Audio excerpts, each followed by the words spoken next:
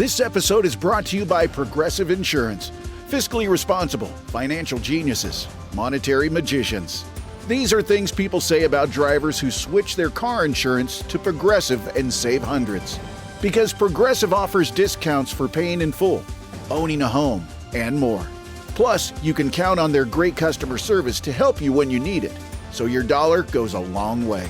Visit Progressive.com to see if you could save on car insurance. Progressive Casualty Insurance Company and Affiliates. Potential savings will vary. Not available in all states or situations. This is a PSA, or public sock announcement. Experts have declared Bombas socks as the best way to warm up chilly feet. These pairs are super cushy, soft, and designed for maximum coziness. Plus, for every pair purchased, another pair will be donated, so someone in need of essential clothing can stay warm this winter.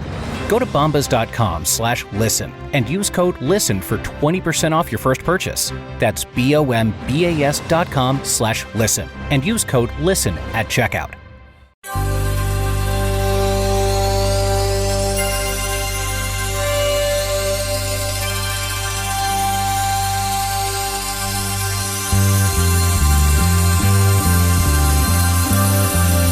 It's the Bob and Tom Show.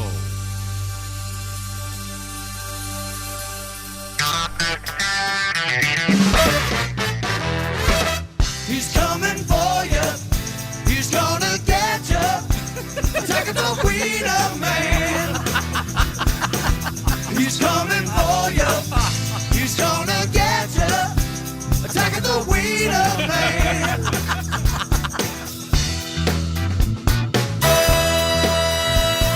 Late at night when the bars are closing, alcohol takes its toll and the drinkers need their favorite vendor. A tasty treat of sausage splendor. Little man behind the car, police can't catch him because he's way too smart. The smell of mustard and a big umbrella, hot dog man's got the perfect cover. He's coming for you. He's gonna get you. Attack of the Wiener Man. He's coming for you. He's gonna get you. Attacking the Wiener Man.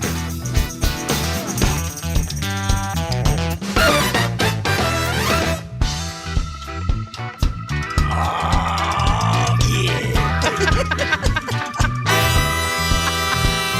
He waits on patient out in the street. All the hunters want to sample the beats. He can't help but relish the fact the footlong keeps you coming back. Once you're feeling safe and cool, that's when the Wiener Man makes his move. You can't scream when your mouth is full. He's coming for you. He's gonna get you. Attacking the Wiener Man. He's coming for you. He's gonna get you. Attacking the Wiener Man. Crowd.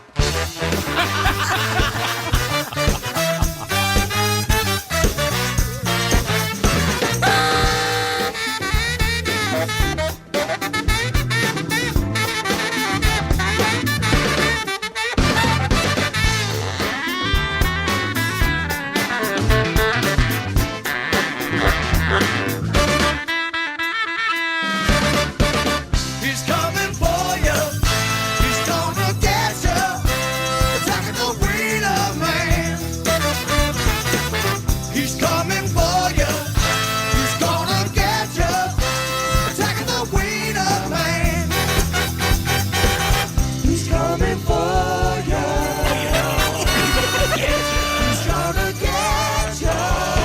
The Wiener Man. Attacking the Wiener Man. Attacking the Wiener Man. The Wiener, baby. Attacking the Wiener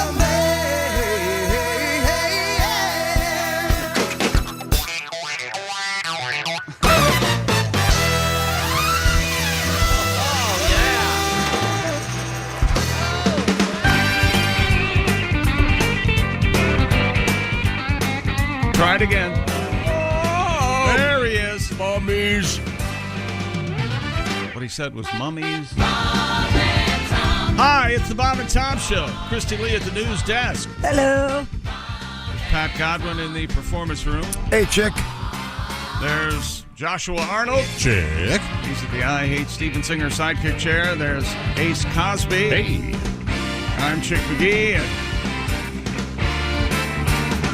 you turn your car off, or is it still running in the parking lot? I Huh? think it's off. Oh, okay. Here's Tom Griswold. Hello, Tom. Just drove by a house. This guy's got they have like 8 skeletons, and they're carrying a casket. Oh, man. God, that's so great. Yeah. It's a funeral home. I think it's going to be a big Halloween. It's so it was a funeral home, yeah. Sorry about that. It's okay. I guess that's probably the one place you don't get a lot of Halloween stuff. Yeah, you might be Probably be confusing that with just a regular funeral home. Sorry about that, everybody. I was just overjoyed by the fact that Of course, it's Halloween. It's someone's fun. gone that deep. I think people are going crazy. My gosh. I was driving home from the game yesterday, and some guy's got like a 40-foot skeleton in his front yard. Oh, there's a person by me that's got 4 of them like that. I mean, like, how do you have to have a crane? What I want to know is where do you store that when it's not Halloween? Yeah, it's just so great that people are so enthusiastic about it. Coming up, we have a story about someone who's not enthusiastic about it. Oh, me? No, it's a priest. No, it's someone. That's right. What about the Lord, your Savior, whoever you worship Right. around Halloween? Uh-huh. Yeah, what do Buddhists do about it? I don't know. To have some fun, for God's sake. Well, Buddhists act like they go to the movies. That's what Buddhists do. That was the great band Here Come the Mummies. Boy, they're busy now.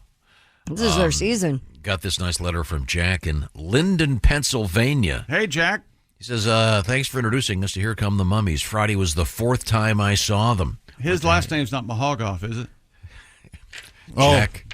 Jack Mahogoff. It's going to be one of those days, I guess. Yeah.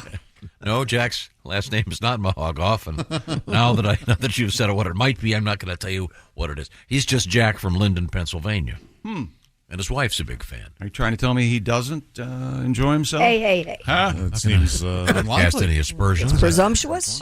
Coming up, we have lots of interesting things in the news. I can do this to myself? Holy hell. for free. For free. You know what I wanted to check? What do you got, buddy? I probably should do this off the air. How'd the shoe-in do? 2-6. Another less than robust week. We're limping into the halfway point of the season. What are we looking at? Week 8, which used to be the halfway point. Remember, if 17-31. Yeah, but I kind of went rogue. I went 2-6. I added like 4 games on Instagram on Saturday. I went nuts because you're taking on Brad Graham. Yeah. Our winner. If you don't want to buy him a Terry Bradshaw jersey, I will. I feel bad. No, I said I would buy him a jersey if he beat you at the shoe-in. Well, I'm sure he did. I mean, I don't know. I haven't looked. We'll check it out. I told him he's a Just go Pittsburgh ahead Steelers fan. Yeah, let's figure it out either way. Okay, we'll get to it. But if you'd like to be a big Yeah. winner, right now we're in week 7. We have one more game. Is that correct? Tough nuts, babe. Yeah, tonight Vikings host the Niners. Okay. The faithful. Did you pick that one? The 49er faithful. I forget. I'll have to look. Because if you didn't, you could always make up for lost revenue with a maybe I will. Maybe I'll look at that later. And the horns show themselves. Yep. The devil comes in many forms, but most often it's Tom. You can be part of what will be week 8 starting next Thursday. Log on to bobandtom.com/contest. And just pick the winners. It's fun. You could win yourself the beautiful Big Green Egg Mini Max. God, I walked by a place yesterday. They had 3 big green eggs doing a nice brunch. Oh, 3 of them, huh? 3 of them. 3, right no there, waiting. Right there out front. You can make a big green omelet with 3. Yeah.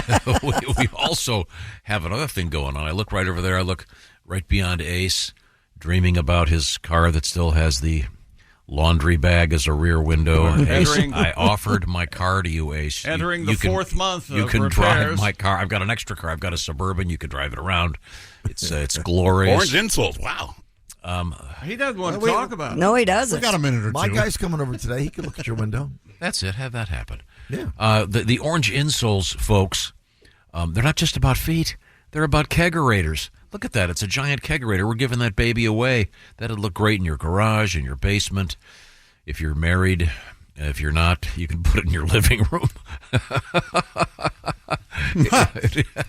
Or maybe you're married to a dipso. Then she may allow it in the living room. Draw me a beer. It's time for breakfast. Maybe she likes to get loaded. You don't know. God, I went to an NFL game yesterday, and with my 10-year-old daughter, and as we were leaving, I am not kidding. There was a guy who, interesting enough, was dressed as one of the players. Mm-hmm. You mean he had a jersey on? No, he had the whole thing. He had it's very elaborate. Wait a minute, do you have a helmet and pads and pants? No, but he was dressed as a specific player. I don't want to give it away. I don't want to get anybody in trouble. Well, no, this guy can't was just say that and not tell me who it is. He was dressed as Gardner Minshew. Never heard of him. He had a big fake mustache and a wig. Mm-hmm. Was he wearing number 10?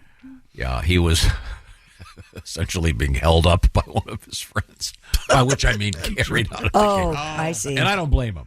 He was almost as drunk as the referees. We'll get to that. You need to remember this. You people who are just now getting into the NFL, Tom, I'll tell you this. After 60 years, man and boy, watching the National Football League, if the referees say it's a penalty, it's a penalty. You can bitch and moan and complain and scream, but it's not going to change anything. Sorry. I know. I'm just saying. Okay. I don't know that the TV networks are pretty much instructed not to discuss That's bad, right. bad Yeah, it's all calls. big conspiracy. And Gardner, though, yesterday, the big news, I saw it yesterday, too. He does this shake when he scores a touchdown. Yeah. Oh, so yes. great. Right, yeah. Did it twice. So cool. Like a stripper. Great. He shakes his his tatar. You do your thing, Gardner Minshew. We may have a song, a little tribute coming up for that and for the NFL. Really? But back to my larger point.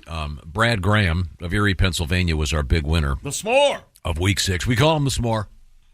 You know why we do that, Christy? Because graham crackers are a very important part of a s'more. See what I get? I By get the way- respect. I get a nice Yes. answer. I get a correct answer from Christy. I don't get some. Smart alecky thing? I was out and about this weekend. Out of your house? We had to. I know, isn't that amazing? We had people parking cars, and we also had a s'more station. That's right. Oh, that's Really? awesome. Make fantastic hot dogs, hamburgers, s'more. There was a lot going on, Tom. Oh, I know. Yeah, it was I- big doings. Big weekend for me, too. A lot of I went to a place that, if there's a pumpkin shortage, I know why. Why? Because they had 10,000 of them. They had all of them. I had to go on a second pumpkin run. I have two little pumpkins. I haven't bought pumpkins yet. I'm a little behind I have on the about 30. holiday. Bah, humbug. Yeah, I know. It makes me feel good. Hope you're having a great pre-Thanksgiving. We're getting ready for it. We have a bunch of stuff coming up. Remember that time you brought in a pumpkin to carve it in front of us, and I thought you were going to chop your whole hand off. He was whipping this knife around. realize and that, stabbed it. boy. It was You realize that terrifying. I won the media pumpkin carving championship several years in a row. Oh, well. Is that Very That's nice. right. Is that a thing? That's right. Oh, it was great. I don't. It was at a beautiful hotel. It was great. Oh, no, that makes a big It difference. was the hotel that has the famous lobby that people jump off the balcony. Oh, I know which one you're talking about. Splat right there in the lobby.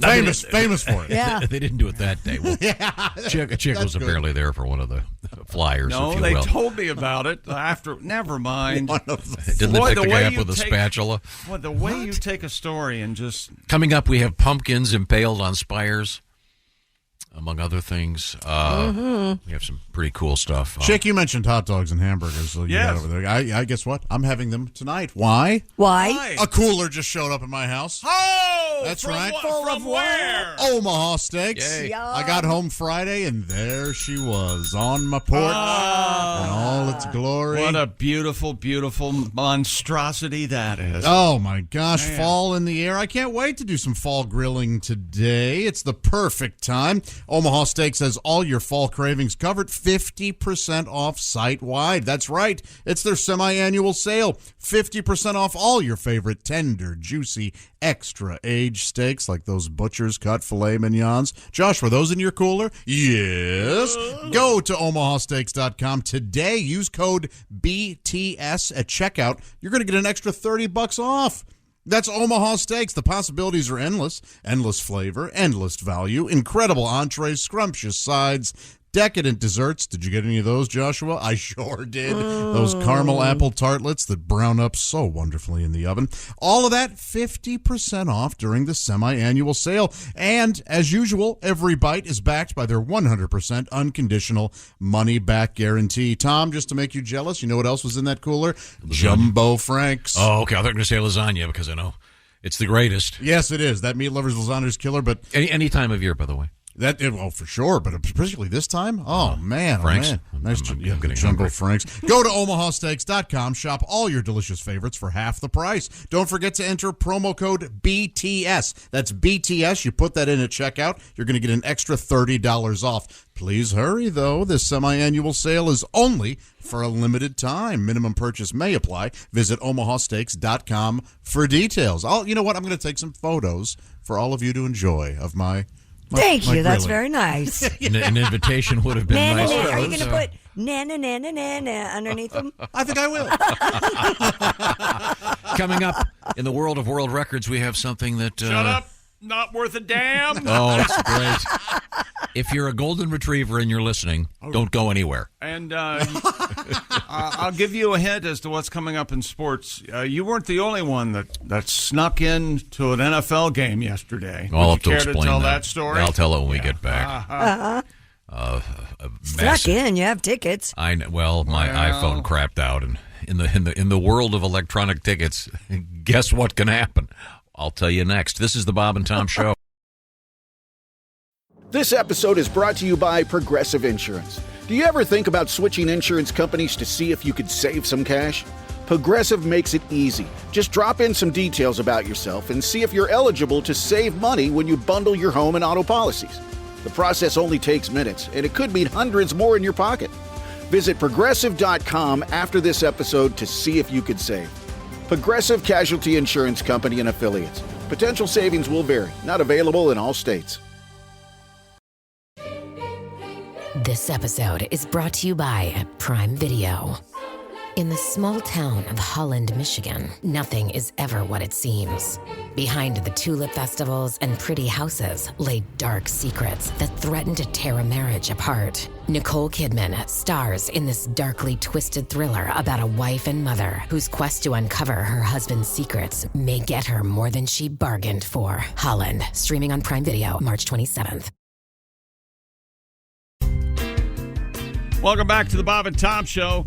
Christy Lee at the news desk. Hello. There's Pat Godwin in the performance room. Hi, chick. There's Josh Arnold. Oh my gosh. Oh, I fixed it. I There fixed he it. is. Oh, There's shoot. Ace Cosby. You're a genius. Chick McGee, and here's Tom Griswold. I don't know what was wrong with it, but I fixed it. Thank you very much. No problem. Now, Patty G, we got a request for some music coming up. Okay. You got your fingers all working over there? Sort of. Got your new hairdo that everyone seems to like. Love it. The votes are in. They like it very much. Before we get to sports, we were talking about this giving yourself a name in case you were a porn star or a stripper. Yeah. And there are two different formulas. You remember what they are, Josh? Yes, the porn star is the name of your first pet, followed by the street you grew up on, and the stripper name is the model of your car, your first car, and then the last thing that you've put in your mouth. Yeah, that Mustang coffee? There you go. Yeah, Mustang coffee. that's a good name. So we have variations on these from our listeners. Some of these are really good. My porn name is Babette Pounds. That's a good one. That's That is a very good one. good. Yeah. This one now the car last thing in the mouth. You named a dog Babette. I didn't. My mother did. All the other dogs are making fun of it. Yeah, they did. Hey, Babette.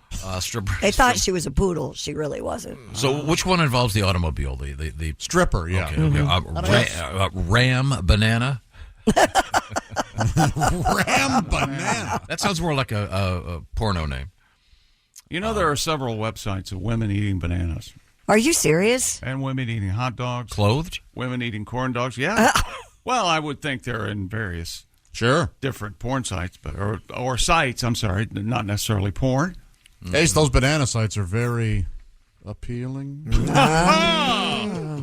thoughts, Ace? Hilarious. Funny. Oh! You get it. You get the thumbs up from Ace. Wowie. Some of these are really, they would really be good. I think names. Flint Lefevre. Oh, man, that's good. Flint? Yeah. What's a flint? That must be the name of their dog. Flint? Yeah. That's a good name for a dog. That's a dumb name for a dog. Remember the great movie In Like Flint? I thought that was James Coburn. Is that? No, it was It was a knockoff on In Like Flint, but it was called In Like Flint, right? And it was a knockoff of James Bond. It was trying to be, or Matt Helm, or one of them. Yeah. Cordoba Ding Dong. I like that. So now I want a ding dong. Oh, those are so. That sounds like a correspondent for NPR. Ding dongs haven't been the same since. That's so funny. Very true. I swear to God, there's one named Ping Pong. No. Yes, I'm not kidding. We've gone from funny to uncomfortable real quick. You're going to sat here all morning. Ping pong. Ding dongs. Look, you got Christy all overheated. Look at her. This is a It's great. got the vapors. This is someone on a dog named Ringo Van Trees. That sounds like a porn name. She put Sure Van does. Trees in her mouth? No, it's. We're doing both of them here. I'm sorry. Good. That'll help. Van Trees is Dutch for forest, isn't it? Van Trees. Can't say the forest for them trees. Where's the body buried? Over there in the Van Trees. Van Trees. Here's a good one. Ranger Beefstick. Hi, I'm Ranger Beefstick. I'll be stripping for you. Doesn't that sound like that just sounds like a porn name to me? Hello, Mr. Ranger, sir. As does Bobo Washington. He's there's a guy that's well hung. I do like the name Bobo. There was a wide receiver for Seattle, Jake Bobo. He's very good. Christy and I always think, of course, of the great wrestler Bobo Brazil. Heck yeah, Bobo Brazil. Why are you dragging Christy? Stealing my Monte Cristo because he Because stole my sandwich. Christy was shooting a gig of some sort. You remember Bobo that Brazil story? was there. I had. Oh God. I was running camera. Wow. Camera. Yes. Wasn't it I had to a run Monte camera Cristo? on a wrestling event. What? Was it a Monte Cristo sandwich? Yes, it was a Monte Cristo, and you know how good those are. Is that with the mashed potatoes and the gravy? No, the Monte Cristo is like a ham and cheese with powdered sugar. Powdered sugar. They're so good. What's the mashed potato and the beef? Manhattan. That's a Manhattan. Is that a is it? beef Manhattan? Oh, I love those. They are I want a good. beef Manhattan and ding dongs for dessert. But after the event, Bobo Brazil walked into the restaurant we were in and literally walked by and said, "You're not going to eat all that," and took half my sandwich. He was Bobo hungry. He was wooing you, I think. I don't know about that. I met Mr. Brazil. Oh, you did? I was ringside for a Bobo Brazil wrestling event. Do you remember his move? The Cocoa Cocoa Butt. The Cocoa Butt. That's right. Here it comes. Yo. It's the Cocoa Butt. Way before headbutting became a thing. Clang. Yeah, he used his head in that. It wasn't for some who wouldn't know. You might think he Talking about his butt. like did like a He can't. Booty butt. a butt bomb or something. Like Rikishi? Rikishi. He was a sumo guy. Yeah, he sure was. He can't give you change for $5 now, but still. How about this one for a porn name? Spike Nordic. Ooh, doesn't that sound like a badass? You got to do something with Nordic. Yeah. Mm-hmm. Well, Spike Nordic can impale me. Spike Nordic. Patches Greenfield. That'd be a lady, wouldn't it? Patches? You think so? That's hard to say. Okay, it's a gender neutral name. Be a hobo male stripper. You know, some dresses cowboys, some dresses. Here's Patches, fresh off the train car. I'm dirty. Yeah, people would like that. Look at him swing his bindle. Chevette Coffee. That's a good stripper name. The Chevette. Yeah, I grew up with one. No kidding? Yeah. Mustang Creamer. Mustang Creamer. There's got to be an Anita Creamer out there. Or something like that. Well, Max Creamer. let's move forward here. We have Chick McGee at the Bob and Tom Sports Desk. Lots of baseball going on, of course, NFL action. First of all, this is for Christy. Yes? This gentleman calls this the devil's onion rings. You know what he's trying to say. What? About the rest of us, yeah.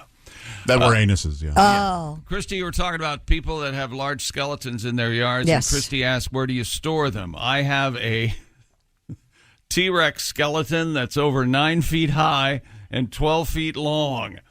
It comes apart but the box is very large and several of the pieces are pretty big.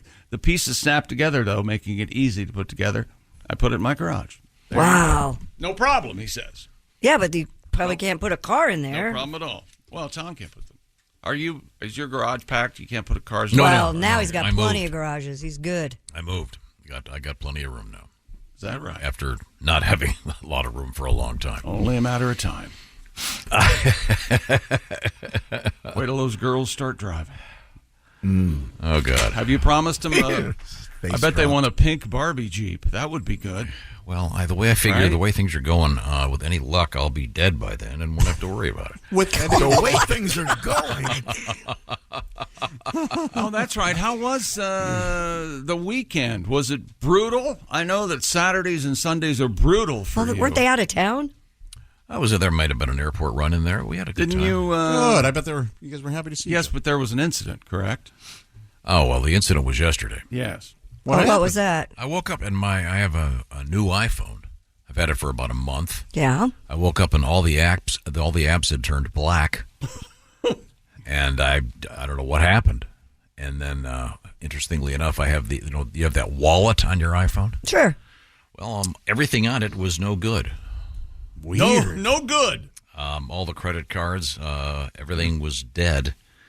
And then I went to an NFL game, and my tickets were on there. Did you just turn the phone off and turn it back on? I tried everything. What did the ticket say when you went to the ticket? You could read the ticket. Yeah. Here, I can pull it up for you. You can read. You can see the ticket. Mm-hmm. So you hear the credit cards, and you go like this, and it says "Remove card. This card cannot be used." Whoa. All of them. But my tickets are on there. Did you and pay you can your see bill? you can see the ticket right there. Right. See it? Oh yeah. But it says your pass is being activated. This has been going on for 24 hours. So there are the tickets right there. Weird. So I went up, and it wouldn't work. So the guy said, "Well, you have to talk to the supervisor." So I went and talked to the supervisor. He goes, "You got to go down to the ticket office." Right. Go on down. So to I the said, "I've had ticket the same seats forever since they opened." Yeah. And so I was heading to the ticket office, and I realized, wait a second, I'm already in. Oh yeah, there you go. So Finn and I just went door seats. Well, You make a good point. You're already there. Every now and then, though, they get kind of snarky once you get down. You have to show them your ticket. Oh, you had to show. Well, that guy didn't care because you can see the ticket. Oh, he knows you probably. You can see the ticket. It's right there. It just says it's not. Who knows what happened? But my entire phone, everything went black. So I've got to spend some time today getting it organized. Scary. But lesson learned. Technically, you snuck into the game. Yeah. Well, no, I paid for the tickets. Technically, maybe. They have my money. But lesson learned: always have a backup credit card. Oh, you don't have one in your wallet? I do. I'm just saying. Okay. But if you were counting on just having your phone, and I don't know what happened to it. All I was doing was sleeping. So just be warned. Things can happen to this world of So now is it electronics. fixed? No, I've got to go get it looked at. Oh. You might have to erase all content and start over. Who knows? I hope you've downloaded back up to the cloud. You get all backed up? We're good. But it isn't. We'll backed up on we'll floppy? figure it out. All right. All right, here's as much information as I have about this situation. Don't all of you ask questions at once. One fan made it inside Lucas Oil Stadium, much like Tom did, without a ticket on Sunday. A statement from an organization called the Capital Improvement Board. Good morning, people. That's the public entity that oversees Lucas Oil Stadium, where the Colts played the Browns yesterday. A baby was born at the venue during the Colts-Cleveland Browns game yesterday. My goodness. This is the official quote. We wish the family our warmest congratulations and wishes for good health. That's when there was an abortion on the field by the referees. We are. Oh, my Lord. You didn't expect that one, did you, Chick? No, I mean, You look surprised. it looked like you had been slapped with a hot mop. Man. This is probably one of life's most wonderful moments. This is Yeah. And you Well, really. if you saw the game, I saw the game. clearly the referees had it's the all Browns. the refs' fault. I know. Official response: we're excited to be a part of the baby's history. Tom. Oh, sorry. What'd they name the baby? We also want to extend. I don't know. Penalty. We also want to extend Flag. Lucas, if it's a boy.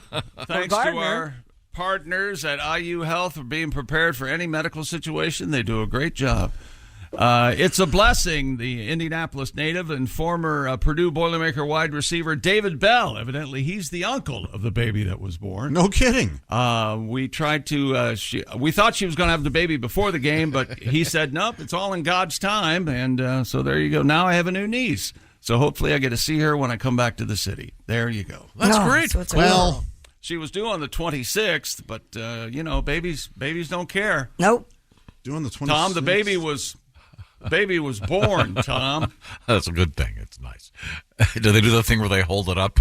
They always do that gag where they show the crowd and they get people with the. I don't think they did Isn't that. that the Lion Oh, King? the the Lion Yeah. King thing, yeah. They also do a thing at stadiums now where they do the look-alike. And Oh, they'll that's put some always fun. celebrity up there. Sure. I tell you what, there were a couple yesterday. I thought it was the person. I mean, they looked exactly the same. Really? Yeah, I'm just wondering, could they get sued for that if someone was? What do you mean I look like that? I don't know. They got to be careful. If it's less than complimentary? Orson Welles. The Elephant Man. I need to go on a diet. I'll speak Tom. I don't look like Uncle Fester. Oh, no, yeah. I saw several thousand of those. I'm so sorry. Well, there was a Taylor Swift lookalike at the Chiefs game. Wait a minute. It was Taylor Swift. Oh. That's right. Your thoughts, Ace?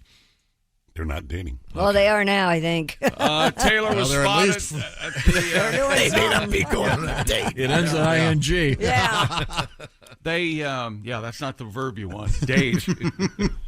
She was sitting with Brittany Mahomes. Patrick Mahomes. My man. That's his wife. They had this little they clap hand. You know how they have an elaborate handshake. Brittany and Taylor had that going on. Oh, they did. Yeah. I know that because my daughter, when we got home from our game, ran into the living room to pop on the Kansas City game. Is that right? Yeah, because our Uber driver informed us that Taylor was at the game. It says here. Good morning, LaShawn. And I'm just don't yell at the messenger. He's not going to be happy until he gets us thrown off the air. You're right. And then he'll wonder, what happened? What did I I'm just do? reporting the facts. Travis Gosh, said- why are you here teaching in Korea again? Let me tell you a little story. Aren't you old? Story. Too old to be in the comedy club. First of all, the baby was born. Travis and Taylor made their relationship public. It says here, with paparazzi catching glimpses of them in New York after their dates and after their appearance on the season premiere of Saturday Night Live. That was last week. Well, this week Yeah, she but was you at his haven't- house. And the next day, he's at a You have game with been- his brother. You Well, have been- this week she but was you've at been- his house. You've been saying all along, every day, they are not dating. In a month So or two, you're saying in a month they're- or two, you're gonna look at me and say, "Ace, man, you were right." No, I'm never going to say that ever. what rhymes with breaking up with Kelsey? I don't know. She'll already get some songs out of it. Writing some lyrics. Dude, there's some of those elaborate touchdown dances being done by by the Chiefs. This might give Taylor some ideas for her Yeah. shows in South America. Tom, you know who was at the Colts-Browns game yesterday? Who? Browns great Bernie Kosar. No Is that kidding. right? That's exactly right. And he got his picture taken with Tay-Tay. Look at that. Holy cow. There he is. Are they dating? Wait No. a minute. That was in Kansas City. Yeah. Oh, was that in Kansas City? Yeah. Oh, She I'm was sorry, at- Kansas City. You're That right. was taken at Travis's home Bernie earlier was a in the Brown. day. Why the hell was he in Kansas City? He should be in Indianapolis cheering his Browns on. Wow. Yeah, that's Bernie Kosar. Okay. Former Cleveland Brown quarterback. That's right. More sports coming up. Go ahead, Tom. It's a funny story about why he got signed, which we can't tell. We have now. Here he goes again. I gotta tell you, we got some Orange Insole stuff right there in the studio, including that beautiful kegerator. We're giving it away. BobandTom.com/contest. Josh, what do you got going over there? Well, I've got good posture going on when I stand. I've got less knee pain, less back pain. Why?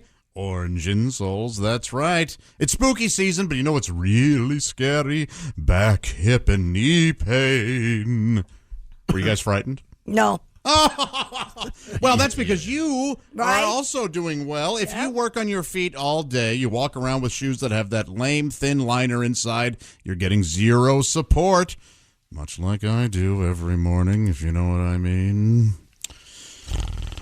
If you're standing all day, you're putting stress on your body. Go to orangeinsoles.com. Orange Insoles, they offer arch support, and I'm from St. Louis. I should know from arch support. Very good. They have that deep cup to properly support your heel, your feet, and thusly your entire body. If the insole in your current shoe flops around like a sad fish, you're not getting the support you require. Think of a table. If it wobbles, it's not having proper support, is it?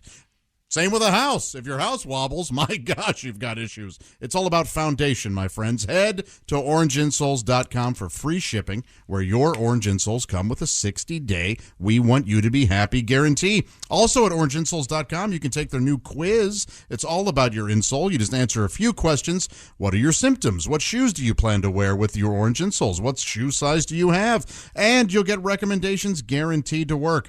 Very simple, and also no cutting required. Some of those insoles come in like a giant mat, and you have to cut them out yourself. Not these. Orange Insoles are true to size. Check them out for yourself. orangeinsoles.com. Thank you very much, Josh. Coming up in sports, a little bit of baseball, a little bit of football. Coming up, nudity. Also in the news, Gronk and sex dolls. Not on the same story. This is the Bob and Tom Show. Reach us toll free at 1-888-BOB-TOM-1 or at bobandtom.com. This is the Bob and Tom Show. Welcome back to the Bob and Tom Show. That's Christy at the news desk. Hello. There's Pat Godwin in the performance room. Hey, chick. Maybe a song this time. I'm ready. You ready? Oh, yeah. He's ready, Tom. Ready for a song? I think we are. I'm just getting some stuff organized over here. Looking over some more porno names and stripper names. God, I love these. There's Josh Arnold. Hello. What's your stripper name, Josh? My stripper name, so it would be Ford. Your first vehicle and the last thing in your mouth. Oh, actually, it would be oh my gosh. Oh, God. It would be Dodge Nuts. There it is. Yep. He didn't want to be gay. Dodge Nuts. But you go where your heart takes you. Yeah, I think it's make. And my first car was a Dodge Caravan. Okay. That's what I drove. And you It just, was the van? it was the family car. you just had peanuts in your mouth. Here's a guy, Chevy Big Gulp. That could be a stripper. And the other one, by the way, is your pet name in your street. We have Tonto Chestnut. That could be whatever. Buff Carbonado. These are all great. Carbonado. What's Carbonado? Maybe the street name? that person was on. Oh. They had a doggy named Buff. I thought it was some kind of French quiche or I something. thought it was some kind of Italian pasta. Yeah, it does sound like a pasta. I agree. Bacon pasta. Have you had the Carbonado? There's Ace Cosby. I'm Chick. Here's Tom. Yeah, and then of course there's Cordoba Ding Dong. Thank you very much. Well, we have the boys in the next room. I can see them in there. Perhaps a little bit of information about the NFL before we get to our special NFL treat. In song. Major League Baseball first. Nathan Eovaldi remains perfect. Mitch Garver. Prostitute. And Jonah Heim homered. And Adolis Garcia helped the Rangers avoid elimination yesterday in Houston. 9-2 win over the Astros. Game 7 tonight. Wow. In Houston. And Max Scherzer is going to try it again for the Rangers. Okay. He's going out there. Good luck. Christian Javier going for the Astros. And also Phillies try to clinch their second straight trip to the World Series. They're up 3-2. Game 6 this afternoon in Philadelphia against the Diamondbacks. So that brings us to the National Football League. Oh, hang on. There it is. Jalen Hurts throws for 279 yards, 2 touchdowns. And the Eagles, 31-17 winners over the Dolphins last night in Philadelphia. Patrick Mahomes, my man, 424 yards, 4 touchdowns. Travis Kelce caught 12, 179 yards and a touchdown. The Chiefs beat the Chargers 31-17. And also yesterday in Indianapolis, the Cleveland Browns over the Colts 39-38. I think it is not overstating it. Controversial ending there. No matter who you're rooting for, you're a little happier, obviously, if you're a Browns fan. But that was the final score. Every blip. There's nothing we can do about it now. Well, except sing Gardner Minshew's praises. And Gardner Minshew had a couple of touchdowns, and when he in the end zone, he has kind of this move that he does. I bet you'd never seen that before. Looks at the crowd and kind of does the shakes his shoulders. Bit of a shimmy. Yeah. Sorry. But yeah. So do we have a tribute over there? We do indeed. Start me up over there, Tom. Okay. Now Get the band rolling. Okay. I should point out this is the former Mick Jaguar. So we've got another musician, and you're going to play something. Yeah, here we go. Okay. 1, 2, 3, 4. Woo! All right, everybody. Is everybody naked? No. Just me.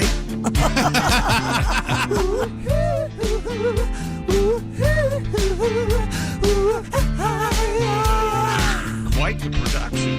He's the Colts quarterback, leading the attack. Gardner Minshew walks out in the locker room. His mustache is like a broom.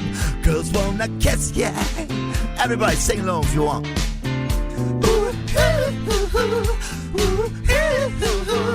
Gardner Minshew, you does a nice head fake, then the end zone shimmy shake. Gardner Minshew, you. Oh, he's got them on a drive to keep the Colts alive. Gardner Minshew, yeah. Here we go. Ooh, Gardner plays the whole game long. All right. Ooh, says Colts when things go wrong. That's why we sing this song. Woo! Hot 1, 2. Hey, used to live in a hippie van. I saw it on Instagram. And we're all dying to meet you.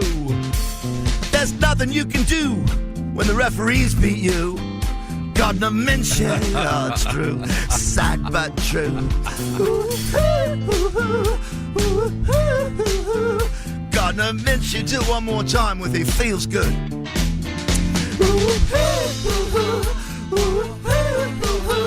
Gardner Minshew.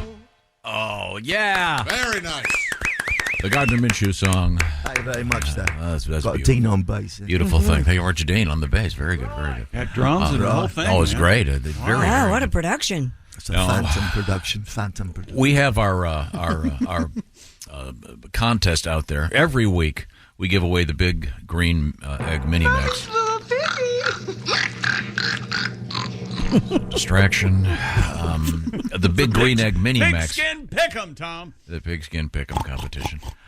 You have to just go on online to bobandtom.com/contest. By the way, while you're there, don't forget the orange insoles. Oh, the orange insoles kegerator. We're giving that away. Each week, however, we give away the Big Green Egg Mini Max, as I mentioned. Our winner from week 6 was Brad Graham. We call him S'more. And he and Chick have a little bet who is going to do best on the shoe-in.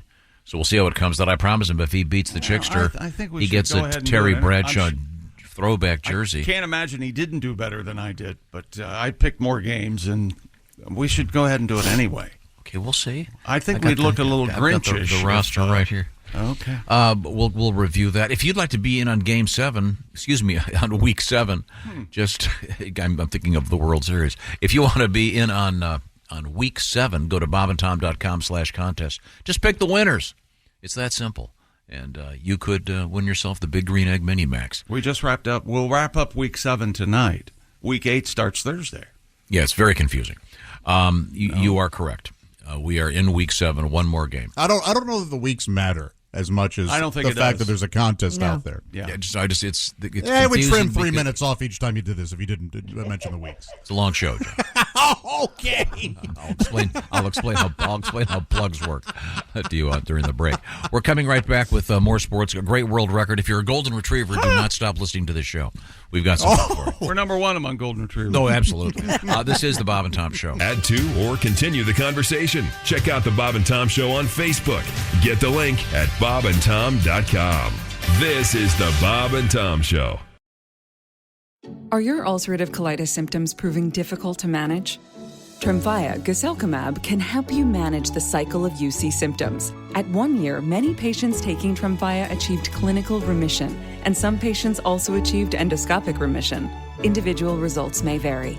Tremfya is a prescription medicine used to treat adults with moderately to severely active ulcerative colitis. Serious allergic reactions and increased risk of infections may occur. Before treatment, your doctor should check you for infections and TB. Tell your doctor if you have an infection, flu-like symptoms, or if you need a vaccine. Ask your doctor if Tremfya can help you manage the cycle of UC symptoms. Call 1-800-526-7736 to learn more or visit tremfyaradio.com. This episode is brought to you by Indeed. When your computer breaks, you don't wait for it to magically start working again. You fix the problem. So why wait to hire the people your company desperately needs? Use Indeed's sponsored jobs to hire top talent fast. And even better, you only pay for results. There's no need to wait. Speed up your hiring with a $75 sponsored job credit at Indeed.com/podcast. Terms and conditions apply. Welcome back to the Bob and Tom Show. Christy Lee at the news desk. Hello. There's Pat Godwin. Hello, chick. How are you? I'm good. How are you? I'm okay. There's Josh Arnold. Hi there. He's at the I Hate Steven Singer sidekick chair. There's Ace Cosby. Hey. I'm Chick McGee. And here's Tom Griswold. Enjoyed your tribute to the great Gardner Minshew. Oh, thanks, Tom. He's got that shoulder shimmy when he scores those touchdowns. It was very nice. Now, It's a stripper move. yeah, we have They're shaking your... a friend of the show, Shake it! Nate Bargatze. Shake for me, girl! Nate Bargatze and the Foo Fighters, Saturday Night Live this week. They're Yeah. good. They're both good. Nate, very good. Old friend of this show. Looking forward to seeing him. Have you seen online Rick Astley is evidently become pretty good friends with Dave Grohl, and he has a whole section of Foo Fighter songs he does. Oh, really? And his version of Everlong's great. It's pretty funny. You know, you wouldn't think Rick Astley. No, I always liked the Rick Astley. He's got that an interesting voice, doesn't he? He doesn't look like he matches his voice. Exactly. His red hair. You're very correct. I like it too. Do people? That song is like I became ironically. Never want to give you up. Yep. But it's like good. Yeah, fun. Catchy. I see him and I immediately think red-haired punk. Is what I must be the only one. No one thinks like me, I'm sure. But. Well, now we return to the sports page. Have we missed anything? Where are we here? Let me look. Let's see. Patrick Mahomes, we got that. Also, the baby was born at Lucas Oil. We covered that. Georgia extended their streak of number one rankings in the AP College Football poll to 19 straight weeks. Number 9, Alabama moves back into the top 10. Michigan at number 2. Let's see. USC's out. There's your college football update. Thank you. I wasn't ready for all this. Oh, that's okay. I thought we had a fun world record that was primarily for golden retrievers. Rob Gronkowski, we could touch on this, is getting his own college football game. Really? Not just any game. It's going to be a bowl game. You heard me. The Los Angeles Bowl, the L.A. Bowl, announced that Mr. Gronkowski signed a multi-year agreement to partner with the college football postseason game. Titled the L.A. Bowl, hosted by Gronk, will take place at SoFi Stadium on December 16th and match teams from the Mountain West and the Pac-12 conferences. Christy, I had an LA Bowl Saturday morning. Yeah? Egg whites, kale, spinach, Oh, nice. some avocado. Yeah, Willie had one. I think it was just pot. Little pot. And a bong that looked like a Dodger hat. The former Gronkowski. L.A. Bowl. The tight end replaces Jimmy Kimmel as that game's host. Oh, okay. I didn't know Jimmy Kimmel hosted a football game. I was aware of last it. 2 years. Yeah, I didn't really. Really didn't care, but evidently Gronk's going to host it now. Okay, instead of the teleprompter, we'll have pictures on it. Those words they come too fast. All right. He wanted to call it the 420-69 Bowl, but they said no. That's the lesser bowl. I'm not sure that Gronk could organize a bowl of Cheerios on his own. Mountain West obviously still has Pac-12 only has 2 teams left, I think, so they better hurry to get. And it's been 1 week. The Super Bowl of electric utility professions. I knew he'd hate this. Over 1,000 electric cowboys participated in the 39th annual International Linemen's Rodeo. These men and women are badasses. Hell yeah, they are. I do like the lineman for the county. Man, that's a good song. They're Uncle dangling. Joe is a lineman. They're dangling on poles. This is a tough gig. That's on brand.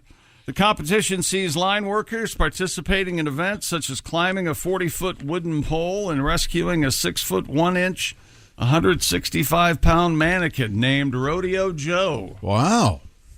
In another event, competitors must carry an egg in a bag during a timed pole climb, then descend it with it in their mouths without cracking the egg. This sounds kind of like a fraternity, like a pledge stunt.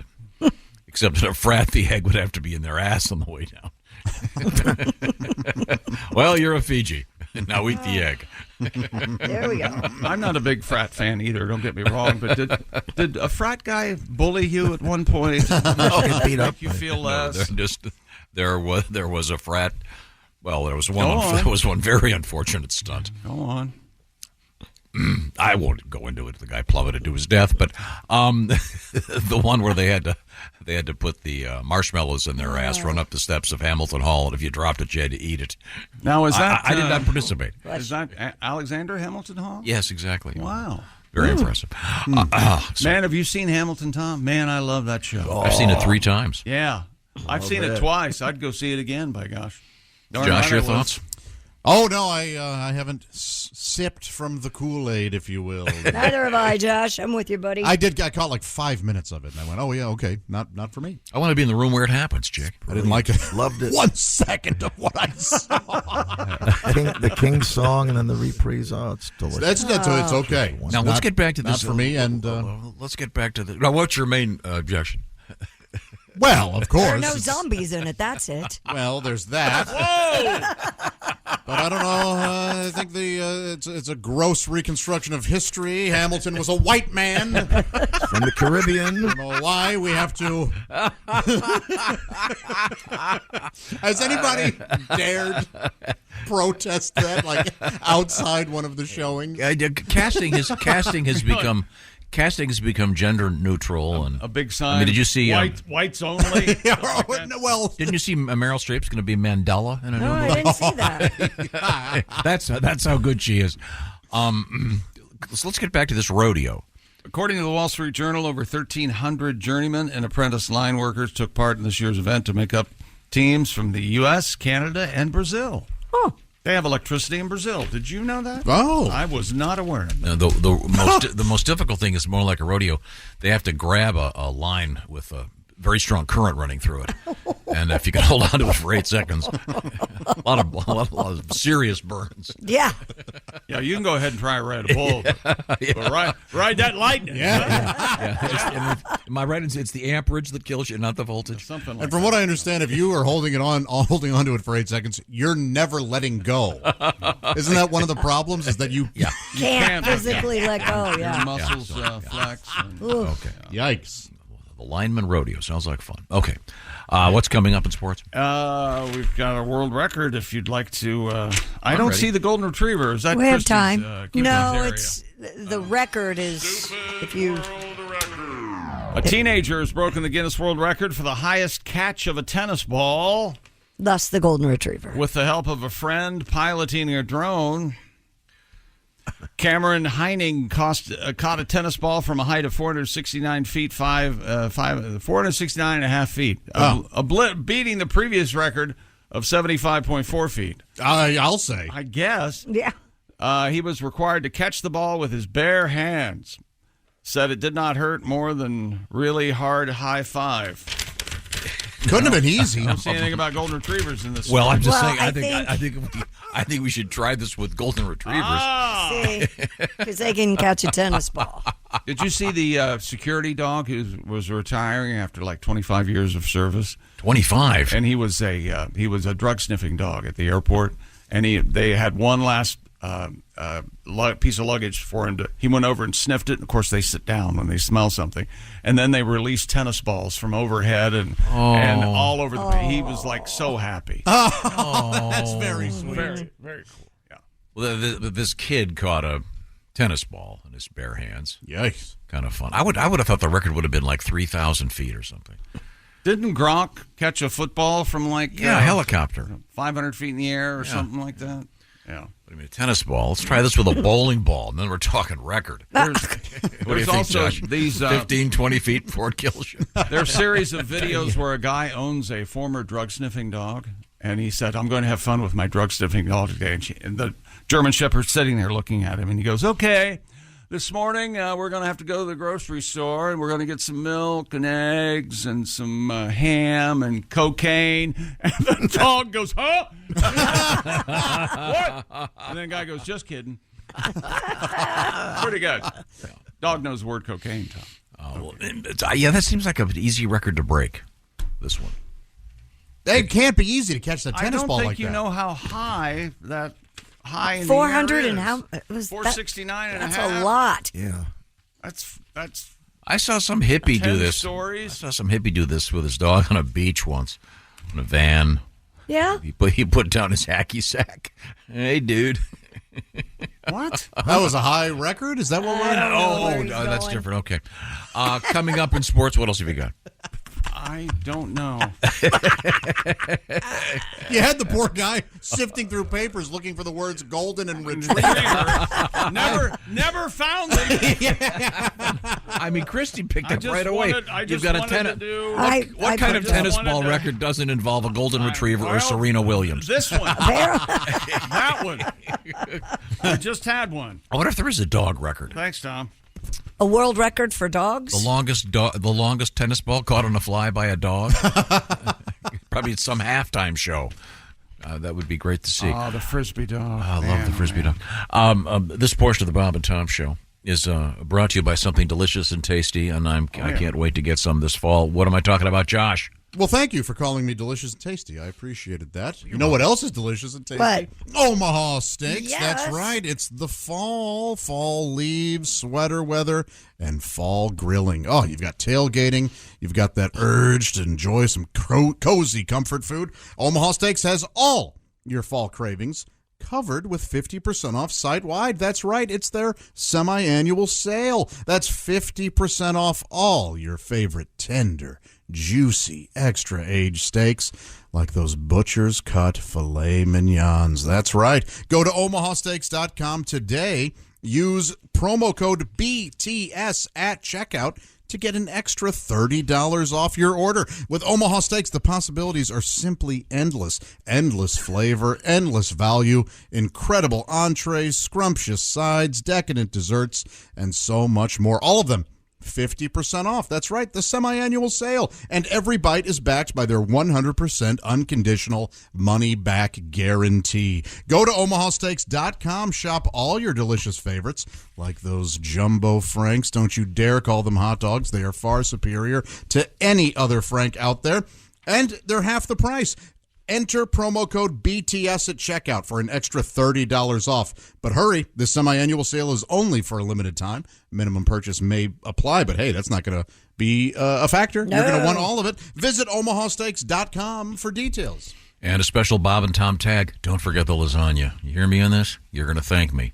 I do have some dog records. The good. highest jump by a dog. We have we remember this, the golden retriever with the most tennis balls in his mouth. Look at that guy.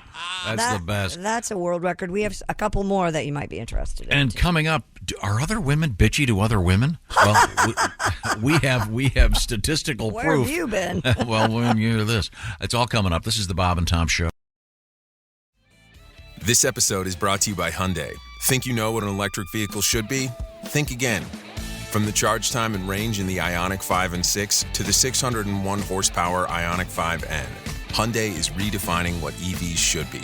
Learn more about Hyundai EVs at HyundaiUSA.com. EPA estimated 303-mile driving range for 2024 Ioniq 5 SE SEL limited rear-wheel drive and 361-mile driving range for 2024 Ioniq 6 SE long-range rear-wheel drive with fully charged battery. Actual range may vary. Support comes from ServiceNow. We're for people doing the creative work they actually want to do. That's why this ad was written and read by a real person and not AI. You know what people don't want to do? Boring, busy work. Now with AI agents built into the ServiceNow platform, you can automate millions of repetitive tasks in every corner of your business, IT, HR, and more, so your people can focus on the work that they want to do. That's putting AI agents to work for people. It's your turn. Visit servicenow.com. Welcome back to the Bob and Tom Show. At the news desk, it's Christy Lee. Hello. There's Pat Godwin. Hello, Chick. He's in the performance room. There's Josh Arnold. Hi, Chick. He's over there at the I Hate Steven Singer sidekick chair. There's Ace Cosby. Hey. I'm Chick McGee, and here's Tom Griswold in mid-stretch. There we go. We are wrapping up Week 7 of the NFL season tonight, and that means we'll be ready for Week 8, which means go on to bobandtom.com/contest. Log on, pick the winners. What week is this again? This is Week 7. Okay. Week 8 begins Thursday. Thursday? Evening. Okay. So you can log on right now Right. and make your picks. Just pick the winners. You could win the Big Green Egg Mini Max. While you're logging on, by the way, don't forget to check out what Orange Insoles has to offer, including that kegerator right over there between Ace and Chick that we're giving away. It's a nice mini fridge, about 3 feet high, and it holds 3 different types of kegs, one at a time. Got a handle in it. It's got the giant handle with the tab. Oh, it's great. You could win that baby. And just get the Tom details. would say it's a thingamajig sticking out. Yeah, the top of thingamajig sticking out. It could be yours. bobandtom.com/contest. Congratulations to last week's winner, Brad Graham. And we call him S'mores. Thank you, Mr. S'mores. And it's my understanding we have completed our sports yes, broadcast. Sir. That's it. Okay, thank you. Chick, there used to be a s'mores breakfast cereal. Do you remember it? It was essentially Golden Grams with a little bit of chocolate and then that sounds familiar. tiny marshmallows. Yeah. Was it any good? I preferred just the plain Golden Grams, but yeah, for a fat kid, it was pretty awesome. S'mores for breakfast? Isn't that, aren't Golden Grams like crack or something? I mean, people they'll go crazy for those. Yeah, right? I love them. Love them too. I can't have a box in my house. Are they selling the dusting? I thought they were selling for like a ice cream topping or something. I believe the Cinnamon Toast Crunch. Cinnamon Toast Crunch. Yes. Yeah. No, we had a story. Do you remember the cereal story we had? I think it was on Friday. Oh, that's right. Christy Tom was very I excited. missed that. Oh, you missed it? If you had to guess, wasn't your Friday, remember? If you had to guess what cereal would excite Tom a lot, what would you guess? Raisin Bran. Close. Close. Keep guessing. Shredded wheat. Yes. Here's the story. This is fascinating to me. He's he's 107 years old.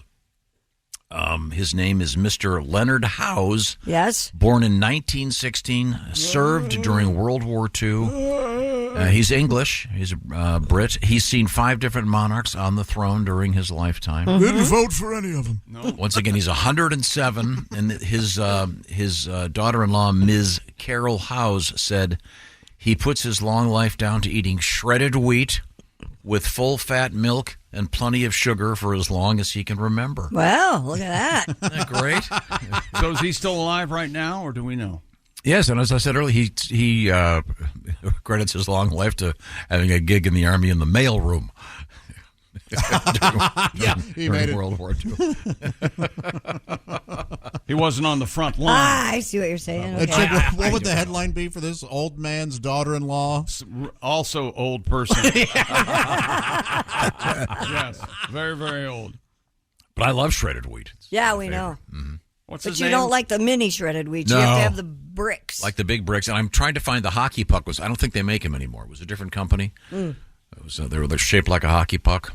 Why are they different? I don't know. I just liked them. They were fun. Oh. Easier to smash up? Is that a generic? I don't know. Is there a generic shredded wheat? Could be. Yeah, you remember how he does it. He puts it in a plastic bag. Put it in a plastic bag, take a hammer, beat it up. Take a That's hammer. the way to go. Meat tenderizer. He makes mush. I had shredded wheat for dinner 3 times last week. Attaboy. Very good. Cereal for dinner is the best, man. It's just so easy. Yeah, it's great. You're done. How long does it take you in there? Huh? Are you building that dinette set? I'm guessing you got the legs all set, right? Oh, you mean from eating shredded wheat? Yeah. It's very helpful. Yeah. Okay, well, we'll move on here now. Christy, what have you got over there in the news? Perfectly round. Well, it is that time of year. A mysterious tradition at New Hampshire's Plymouth State University involves impaling pumpkins on the spires of the school's large clock tower. Well, you got to have a warning to the other pumpkins. According to school lore, Josh, the tradition emerged in the mid-'70s, and the pumpkins have continued to appear on the spires of Rounds Hall year after year. Huh. In the decades since, students and alumni alike have wondered how the pumpkins get up onto the spires, but the school said it is a well-guarded secret. Wow. There's some janitor freezing his ass off. Well-guarded secret, my ass. He Climb out here with me. He slips, impales himself. Typically, any news headline that has the word impale, usually very bad. Right. So this is kind of a fun. It's a biodegradable Is it impaling. up in the air? I wasn't paying attention. Yeah, it's on a spire, clock tower. Maybe they shoot a line over to it and then run the pumpkin down the line. And Maybe. I don't know. Catapult? Well, you'd have to be an incredibly accurate catapult. Although catapults do deliver the payload, I don't know how accurate they can be. Yeah. I'm just trying to think. Yeah, they're way up there. Yeah. There's 2 spires on top of this building, and there are 2 giant pumpkins. They have to have someone has to either climb up there or there's a helicopter. Something. They're way up there. So interesting. But it's a well-guarded secret. So who knows? It's kind of fun. Look up one morning and go, oh. Hey, it's Halloween. I remember when I was going to college, there was these tiny like spires on a building, the English department building, and a squirrel was impaled. Oh, Josh. And the poor guy must have been jumping, didn't make it. Like, what are the odds of that? You've seen the famous gated community deer, right? Yeah. Oh, boy. Yeah. That didn't make it. Yeah, where I used to live, there was a large metal gate. And, the deer tried to clear it and did not make it. Oh, boy. He was up there for a while. On a much lighter note. There are entrails everywhere. Yeah, it was really gruesome. That belly opens like that, and there's guts and stuff. Yeah. Natural gases. Real bloody. That's awful. Viscera. Sinew. Go ahead. Czech More priest. venison? A what? Czech priest has apologized to the local children of his parish. No cash. After smashing all the Halloween pumpkins. Why did he do that? Well, according to the BBC, Father Jaromir Smeškal destroyed the carved pumpkins in a park in Kurdoyev. He has since apologized for the vandalism in an open letter that was published on the village Facebook page. In the letter, he said, quote, I saw numerous symbols of the satanic feast of Halloween placed in front of our sacred grounds and removed these symbols. All right. He said, try to remember that my duty is to protect children and families from hidden evil. Really? Yep. Duty. Yeah, don't go trick-or-treating at the rectory. He's not giving out candy. He's giving out communion wafers. Here you go, kid. Trick-or-treat. Thank you, Padre. Does anyone take this serious? I keep reading about these schools that can't have Halloween night. And it's really not. It's not satanic. I never thought it was satanic. But you can. What is? I can see why they think there's something evil and stuff. Yeah, What, do you know the people history? dressing up, having fun. Yeah. What That's is a big problem. What is the history of Halloween? Do you know? Well, it's a rich and deep history, Yes. Christy. Oh, really? Go ahead. The Druids are involved, All right. and even the Celtics. It goes far back than that. I have a book called Trick or Treat, and I really do. You can borrow it if you want. It's all about the history of Halloween. We always just thought it was a fun time to get candy and nothing to do with being scared. Oh, far. There's way more to it than that. Okay. Yes. Yeah. You'll see. You'll learn. Carving pumpkins. It's all fun. It is a lot of Loosen fun. up a little bit, people. Halloween date all all the way back to the Celts of ancient Ireland. Absolutely. There you go. But They had celebrated the new year on November 1st. But they had crappy candy back then. The day mark. And they didn't have pumpkins. They used turnips Oh, really? as jack-o'-lanterns. Oh, boy, yes. thanks. Boy, those are hard. Man, They're little. You give out turnips today, you're going to find out how many turnips it takes to break a window. Well, yeah, they didn't give them out. They carved them. Oh, You try carving Yeah. a turnip. And you look, can't even get look the, them up. yeah. They're, you can't get the Really knife hard. in there. they're horrifying looking. really? Yeah. I'm looking them up. Yeah, pretty So they were scaring away the evil spirits, right? That's one of the legends, yes. When did people start dressing up like Batman and stuff? They're welcoming them. In 1681. In the 60s. Have you guys seen the Skelebaner? Tell What? us about the Skelebaner. It's a skeleton outfit for gentlemen, of course, and it has a bone there? skeleton, an extra bone in the costume. Subtle. Very It silly. hangs down, yeah. Or wherever you'd like This it is to for, I hang. assume, for adults. Yes. I Well, think it's Bobby, for adults. I've got a Milky Way for you. Oh, look who's on the Viagra. little God. Bobby Johnson from next door. We call him Little because he's short, but he is 18. For the purposes of this joke, he is 18.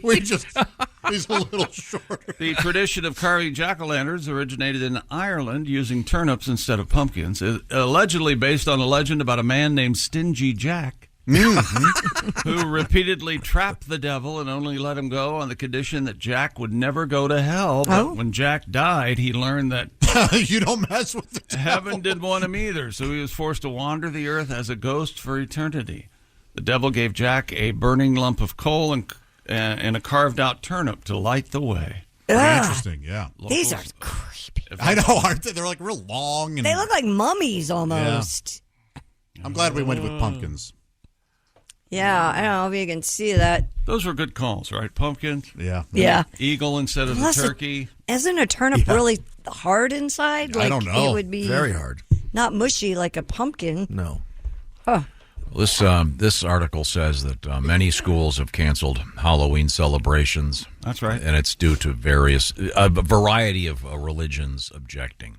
Right, but they can still have their fall festivals, which is essentially the same thing. Kids love dressing up. Let them have a little fun, for God's sake. I agree, but, you know. Tie kids. them to a wooden pew. Let them pray all day. That'll help. There's nothing more frightening than Halloween costumes from the 60s. Yeah, you're right. Oh, Exactly yeah. right. Absolutely terrifying. This is Just- 1962. A bunch of kids in costumes. Moms are Stuff making of them on their nightmares. own. Holy hell. Did you ever What do- we grew up with Yeah, the did you ever do- plastic mask and the the little ghost? paper dress. Doesn't even look like it. Take a sheet, cut some holes in it. And Try Yeah. to run across the street in your mask. You can't Yeah.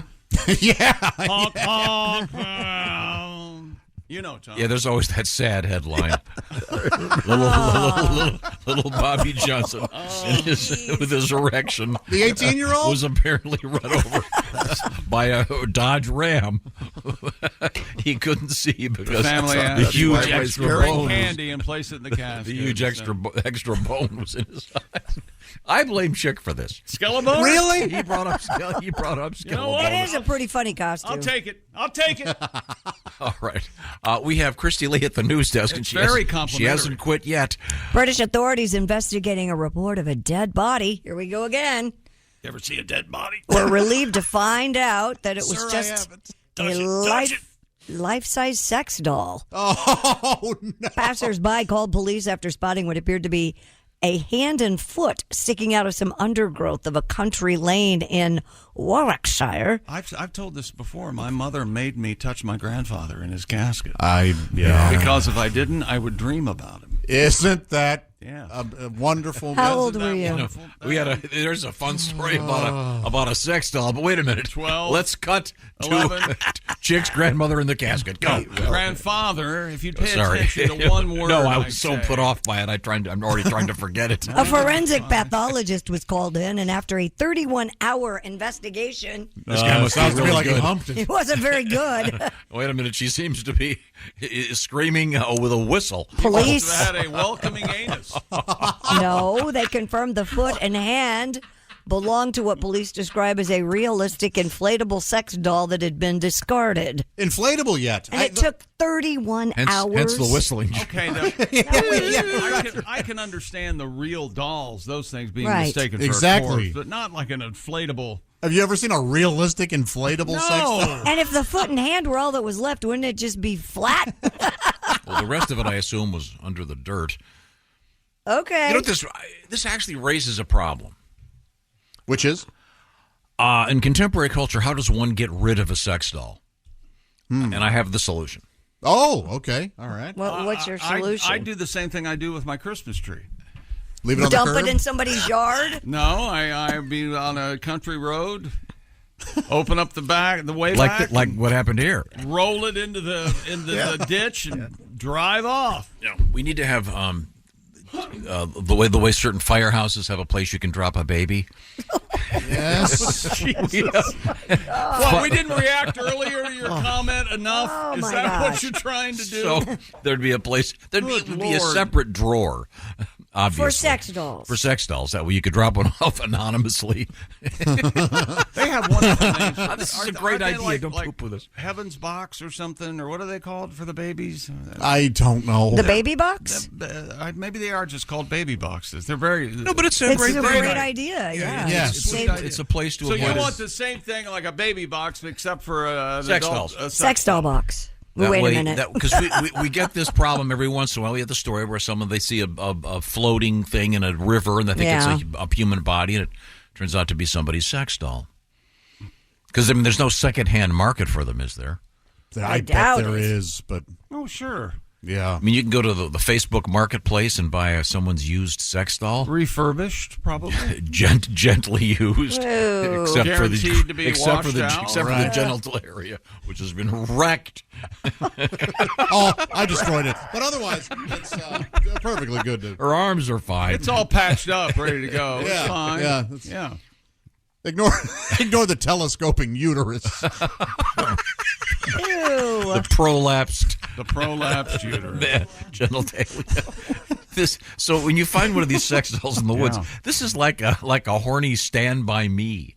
Yes. Yeah. Four boys walking along the railroad tracks. They Want to see a body? They find a sex doll. Ugh. Now, that wouldn't end well, would it? Well, I'm sorry. When we come back, what are we going to be looking at, Christy Lee? We're going to be coming up Nudity Creep in your streaming television.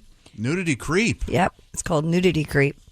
We have a lady who came back from vacation to find her house destroyed. We'll talk about that coming up. And we have a tribute to finding things. We do? Oh. Such as sex dolls in the woods. All right. When we come back. This is the Bob and Tom Show. Thanks for listening to the Bob and Tom Show this morning. Even though we're not too much to look at, you can also watch the show on our YouTube channel. Welcome back to the Bob and Tom Show.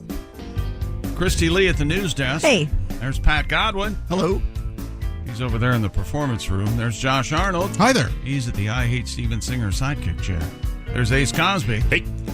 I'm Chick McGee, and I have a world record bulletin. And here's Tom Griswold. Wait a minute. What is it? Go ahead. Well, stupid world record. Guinness World Records has announced the Portuguese Mastiff as the oldest ever dog on record. Wow. Named him that in February.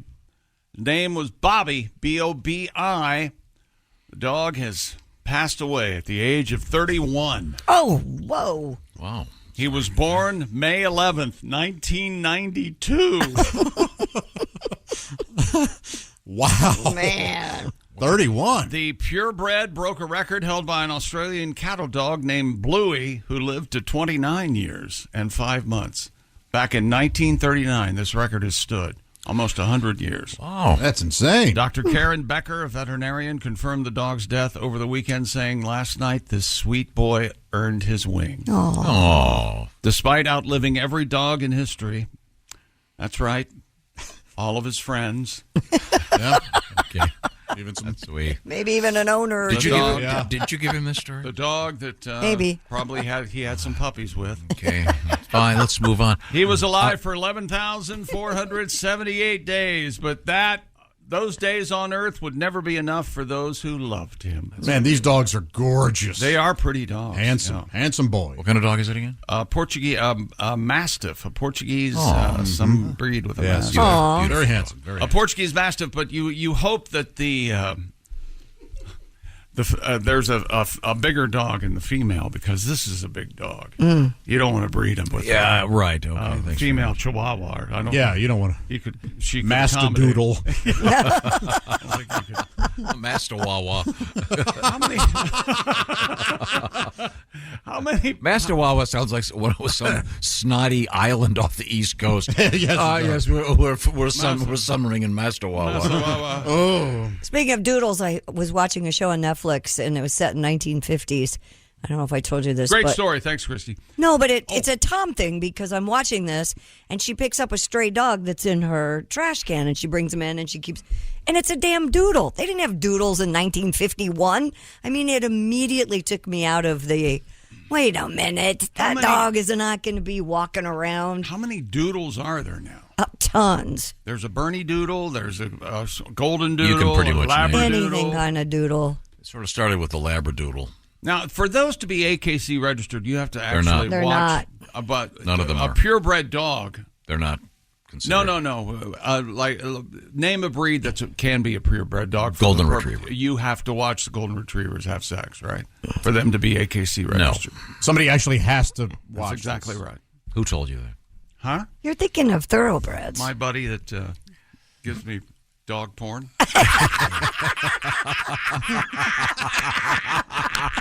You don't have a dog porn guy? Be a gentleman. Look the other way. I don't think I've told Josh this. I was driving along a major highway.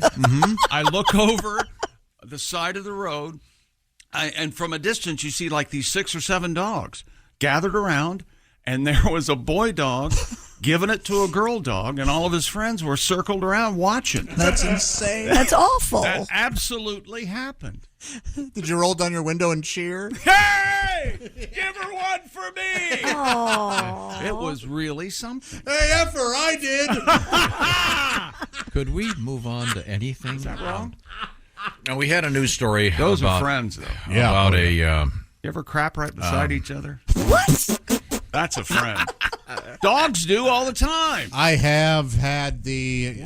No. yes. Josh, outside? you don't have to tell everyone. No, but you're in one stall and your buddy's in the other. Let the record show I tried to change the And subject. you talk during? Oh, absolutely. No. You've never done that? No. I did that one time in high school. No. Yeah. That's the year, the senior year, the same year it was the football team. We were undefeated that year.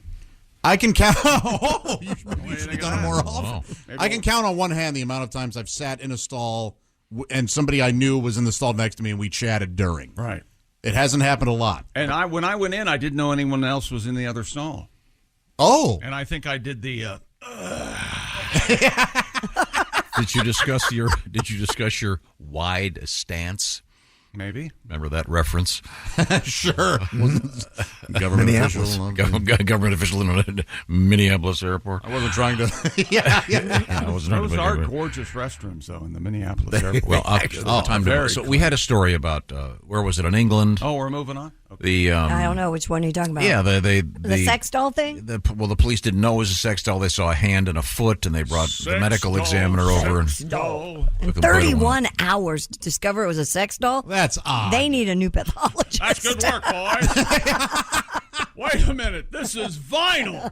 Yeah. This isn't even a purse. We get these stories all the time.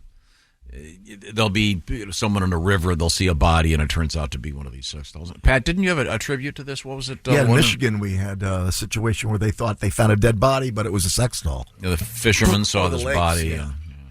Do you have a song? Yeah, of course. We thought she was dead, saw the back of her head. Is it a naked girl, bobbing and bloated? We brought her to shore, she was dressed like a whore. Yeah.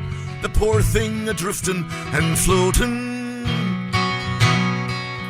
But we didn't know it was a sex doll we found, so we went through the proper procedures.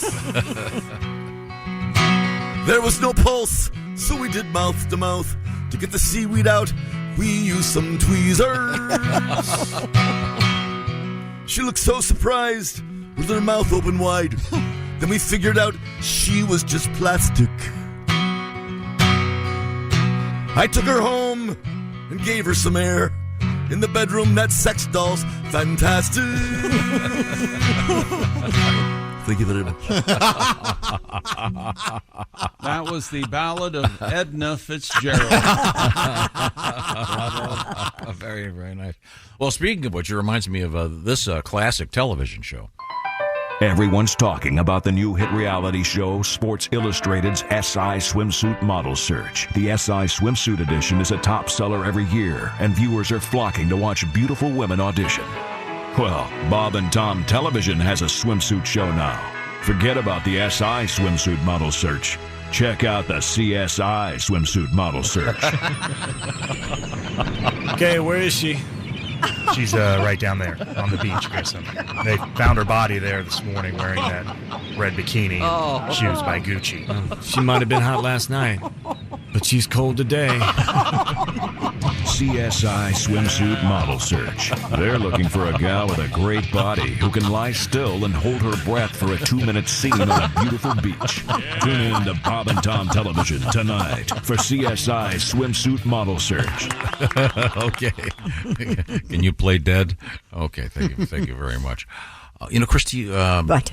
You missed an interesting story. Pat, next break, I need you to do a tribute again. I'll tell you which one it is. It involves a university and some confusion. You missed a really cool story about this, Christy. All right. Also, coming up, we have an interesting story about IT workers. And that guy or that lady at your office that is the one that always helps you fix the computers. And a really fascinating study about women being, shall we say, bitchy to their fellow members of the womanhood organization known as Womenhood. when we come back, this is the Bob and Tom Show. Think you know your pro football? Then play Pigskin Pick'em every week at bobandtom.com/contest. It's your chance to win a Minimax Big Green Egg. This is the Bob and Tom Show. This episode is brought to you by Coffee Mate. After watching this season of the HBO's original series, The White Lotus, this is the tropical getaway I needed. One more pina colada, please. Hey, you're not on mute. Oh, I thought I was in paradise. Turns out it was my Coffee Mate. Coffee Mate pina colada and Thai-iced coffee-flavored creamers. Inspired by the newest season of HBO's original series, The White Lotus. For the love of coffee. Try now. Here at the Almond Joy Factory, where tropical vibes abound, we use soft, fresh-tasting coconut. The crunchiest almonds and delicious chocolate candy. Ah, but do you know what our most important ingredient is? Sometimes you feel like a nut. Sometimes you don't. Almond Joy's got nuts and something even way better than that. Yes, Almond Joy is made with almonds and joy.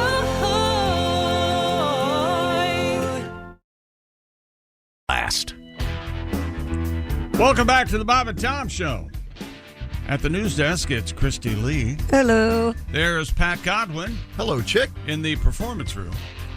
There's Josh Arnold at the I Hate Steven Singer sidekick chair. Steven Singer Jewelers proving how worthless those lab-grown diamonds are by giving away a free 1-carat lab diamond with every engagement ring purchase. While supplies last, purchase is necessary. Visit IHateStevenSinger.com for more details. There's Ace Cosby. Hey. I'm Chick McGee, and here's Tom Griswold. Thank you very much. The world's a confusing place. It sure is. If I say London, you might say England? England or Ohio. Canada. Or I think there's a Kentucky, London, Ontario. London, Ontario, yeah. Similarly, Miami University.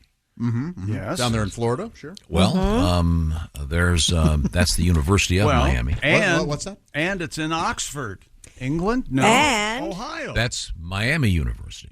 Great school. An international student who thought she was moving to Florida for college was disappointed to learn that Miami University is in Ohio. Wah, wah. Ms. Valerie Du, who lives in Vietnam, told The Insider she was excited at the prospect of enjoying the beaches of Florida while attending what she thought was the University of Miami. The 19-year-old said she was unable to visit the university before applying and was confused when her acceptance letter welcomed her to Ohio. She told the Insider, "I realize there are no beaches. It's just a cornfield in the middle of nowhere in the Midwest of America." Hey, wait a minute. However, it's a beautiful campus and a lovely university. It is. The teen ultimately decided to accept the offer after learning Miami University does have a very good business school. All right. And many other great things. But and she is from Vietnam, which makes this tribute extraordinarily inappropriate. But let's do it, Pat, shall we?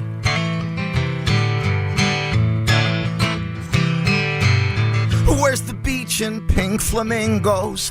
I thought this was FLA. No palm trees, where'd the heat go? Miami, Ohio, what the hey. My, hey. Gotta get out of here. This ain't no Florida town. I would have been 10 long ago. This is the Midwest. They're planting corn in the ground. Why is it so cold? Oh, 4 years in Ohio. 4 years in Ohio. I come from Vietnam. That's ironic, don't you know? Neil Young sang about Ohio in the 70s years ago. 4 years in Ohio. How many more? 4 years in Ohio. How many more? 4 years in Ohio. Yeah. Get my master's in Lima. I'm pretty sure that's in Peru. Son of a... That's Ohio, too. 4 years in Ohio. How many more? 4 years in Ohio. Thank you, Pat. As we continue with the onslaught of inappropriate everything this morning on the show. Right. I think it started with you and the baby being born at Lucas. Oh, Yeah, never that was mind. a great I apologize. kickoff. Yeah, good job, buddy. If you saw the game, you know what about it. We have Christy Lee at the Bob and Tom News Desk. And coming up, we're going to talk with comedians Greg Warren and Reno Collier. But right now, it's Christy. What do you got over there? A Georgia woman says she came back from vacation to find her family's Atlanta home demolished. Oh, my. Susan Hodgson said a neighbor had called her while she was away to inform her that workers had demolished her house. When a family member went to see what was going on, the person in charge checked his permit and admitted he was at the wrong address. Oh, man. You know what they say? Measure twice, demolish once. Oh, wait a minute. She has since filed a police report and contacted lawyers, but said they're still trying to figure out what to do. In a statement to WAGA-TV, the company said it's investigating and working to resolve the mishap. Mishap? That's a nice way of saying that. Wow. Can you imagine? Well, I would think that could happen. I mean, she's getting a new house. It's going to be awesome. Yeah. Oh, yeah. Yeah. Absolutely. Well, I don't know how nice this one was, actually. Doesn't matter. It's still their home, Tom. Hang on. God. Please, just draw some wild conclusions. Well, I mean, when you Yeah, when you call Big Bad Wolf Construction, things are going to happen. Yeah. Who is it? Big Bad Wolf? Big Bad Wolf. Maybe it would be Destruction. Yeah. Eve of Destruction. Hey, I mean, that's a good song. Saved her $40,000 probably. What? How so? Tearing a house down and sticking in dumpsters is expensive. Well, yes, I've done it. I think she would have rather I think kept her house. Hey, time yes. for some urban camping, lady. Somehow it's this lady's fault. Yeah, right. This poor gal goes on vacation, comes home to that. Oh, I bet it was a lovely You know, vacation. the way you love complication and the way you place blame, how is it you've never physically moved an entire house? How has that not ever happened? What do you mean? You'll see it. Not like no, I mean like a whole. You put a gigantic house on a lift it up and move it and try to move it somewhere. That's seems hard. Like it's right up your alley. That's hard. Yeah. I mean, they have to take wires down and overhead. Sure, yeah. Crazy. No, you don't want That's usually done for heritage, sort of antique, important places. Right. Yes. Or whatever, but no. Well, I'm sorry, Christy. Let's move on. What else have you got over there? Police in Illinois are looking for a suspect who allegedly stole hard drives from a Best Buy store by stuffing them down his pants. Oh, yeah. The Lincoln Police Department said the man entered the store and put 11 hard drives in his clothing before leaving the business. What do you think about these hard drives? Officials shared Anything else hard security in there? footage of the suspect and asked, Sir, that's all very clever. Please put the merchandise back. asked for the public's help in identifying him. The thumb drives are in my ass. That's right. Yeah, what are you going to do? Get him out. Get him out of there. I think this is good news. There's somebody still going into a Best Buy. Yeah, there's that. Sure. Which leads me to this story. There's a new survey out there that reports 60% of IT professionals say that they find themselves offering emotional support to employees encountering tech issues. I bet. This is just the worst time for my computer to go down. It's okay. My son didn't make the soccer team. Can you believe it? No wonder they're all surly and hateful. Common issues. No, but they're dealing with this all the time. Can you imagine? Yeah, common issues reported being locked out of email or computer systems would be one. Spilling coffee, water, or alcohol or water on their computers. Guilty. Yeah. And a staggering 50% of workers confess to procrastinating on reaching out to tech pros out of sheer embarrassment over their blunders. Or concern about the tech pro finding, look, that looks rather pornographic and possibly illegal. Yeah, I wonder how you got infected. Malware, yeah. I was told by an IT guy, you really can't be looking at this much porn. He actually said that to They you? gave me a laptop. I was traveling for Rawlings, and I was never in the office, and I had a laptop, and it was my laptop, but it was their laptop, and things were going wrong, and he goes, hey, by the way, like he fixed it, he goes, by the way, you shouldn't be looking at that. That was in the days of the download porn. Yeah, oh yeah. Yeah, that was early 2000s, like 2001. Wow, well, but I think Even about then, certain, especially then. Other people in the world, for example, people who cut hair. I mean, they're in many ways like a psychologist. Oh, sure, yeah. Not I think trainers that have to do one-on-one with people. Yep. I think they get a lot of. They're trainers. You see a therapist. My trainer and I No, are I'm very not good suggesting. friends. I'm just saying that. I think they end up with a lot. There are people who don't ever talk to anybody, but some old lady just gets her hair cut and she looks forward to. I see you as being candid with everyone. If they make the mistake of going hello and you just tell them your life story. No, I don't. As long as they're a stranger. Did you talk to your hairdresser? I mean, I guess it's got to be. It's only 10 minutes. Really short conversation. You hear that, Baldy? You going to put up with that? Mel Cooley? Yeah, just a couple snips and some sunscreen. Yeah, the song for you is a snip, snip here, and we're done. It's a short song. No, you know what I'm talking about. I know what you're talking You're about. bald. Absolutely. I mean, for example, my maiden aunt, I know that she would go, if she had to go buy something at the store, she'd be gone all day because it gave her a chance to talk to people. Mm-hmm. There are people that are lonely out there. Yes. And I think that we don't give enough credit for people that do jobs where they're one-on-one with people and they have to kind of be listeners. It's hard. I think cutting hair can be I don't do it, but I mean, it can be very tough. They have to talk about people's problems. Oh, you have to go to like 3 weeks of school for that. God. Well, Josh, no, I know you cut your own. Yeah, and you wouldn't know, would you? It's pretty much the same. Well, it's not like you're coiffed like Warren Beatty in shampoo. We're going to have more on hair coming up. Even Superman had a fortress of solitude, okay? Even he wanted to get away and be alone. I know, but I'm just saying there are... the whole point of this... Not everyone is craving for your company. A lot of people like being alone.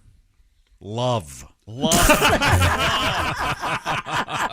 none By of the this way, crab action going on at my house Sunday morning. Quiet, everybody. Editor's note. Write this moment down. I'll tell you why later. No, I mean, if you're an IT guy, I think a lot of them... You think somebody hires an IT guy and they go, you know what, I don't know what it is, but you've got it. You hope so. We have a guy here, very nice guy. He's a skier. wonderful. So we get along I don't great. care for... You know what I don't like about that guy? What? He comes in, and I've He got goes, a major problem. You can't have this much porn on here. Well, I'm sick of him saying that. But he fixes something, and he doesn't show me how to fix it myself. So I always have to go back to him. Well, he wants to make sure he has a job. Maybe he's lonely. I don't like that attitude. Teach him how to security. fish. Greg, that guy has the best attitude. I know. He's the perfect attitude for an IT guy. Yeah. Because you'll say something, he'll go, well, we can't have that. You know, and it's not sarcastic. He's just momentarily wants to. I'm concerned too. Let's fix this. He doesn't show me how to do it. I think most of us have no idea what to do, and I'm just this article is suggesting that there's also an important component to being an IT person, to being able to help people. So when you say, "Hey, my router isn't working," and he says, "Have you tried forgiving your father?" Sometimes that works. Like, wait a minute. What the hell are we talking about here? Has he ever used the, this is an ID10T problem? No. What? You're spelling idiot? Idiot. Oh, that's very clever. Yes. No, ID10T. Yeah, no, I admit to him right off the bat that I'm the idiot. No problem there. Now, what's coming up, Christy Lee? You got, I know we have haircuts in the news, yes. Okay, that'll be very exciting. We have a nun in the news. Okay. Ain't got none, ain't gonna get none, doesn't want none. She's tackling folks. We had the priest earlier who now we have a nun. Was destroying pumpkins because they were some kind of pagan thing. Right. Again, that priest, don't go to the rectory for your for your candy. No trick or treating there. You'll just get a communion wafer. Thanks, Padre. We also have some very expensive stuff going up for auction and a surprise Christmas album coming out. Wait till you hear about this. And comedian Greg Warren joining us. This is the Bob and Tom Show. Good night, itchy eyes. Good night, sudden sneeze. Good night to your symptoms of allergies. Xyzal is the allergy medicine you take before bed. It provides powerful relief while you rest your head. Not just all night, but all the next day. Xyzal keeps working, keeping allergies at bay. And without those annoying symptoms disturbing your rest, you can wake up the next morning feeling your absolute best. Remember, be wise all. Take Xyzal. At night. Hey, Fidelity. How can I remember to invest every month? With the Fidelity app, you can choose a schedule and set up recurring investments in stocks and ETFs. Oh, that sounds easier than I thought. You got this. Yeah, I do. Now, where did I put my keys? You will find them where you left them. Investing involves risk, including risk of loss. Fidelity Brokerage Services, LLC, member NYSE, SIPC. Hey, welcome back to the Bob and Tom Show. Christy Lee at the news desk. Hello. There's Pat Godwin in the performance room. Hey, Chick. There's Josh Arnold. Chick. Ace Cosby's here. Hey. I'm Chick McGee. And here's Tom Griswold. Testing. There we go. What'd you do? I don't know. I didn't touch anything. Tom, you have to stop lying. I don't have a foot pedal over here. My hands were over here. I don't know. It just went out. Okay, yeah, it just went out. It seems to be on now.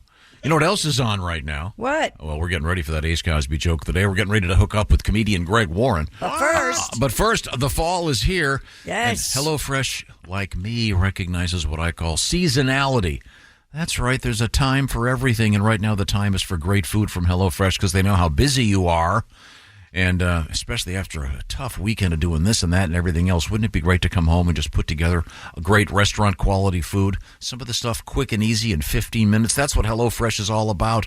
They are all about great food, fresh ingredients. They do the grocery shopping for you, and they also measure everything, so you just do the putting together.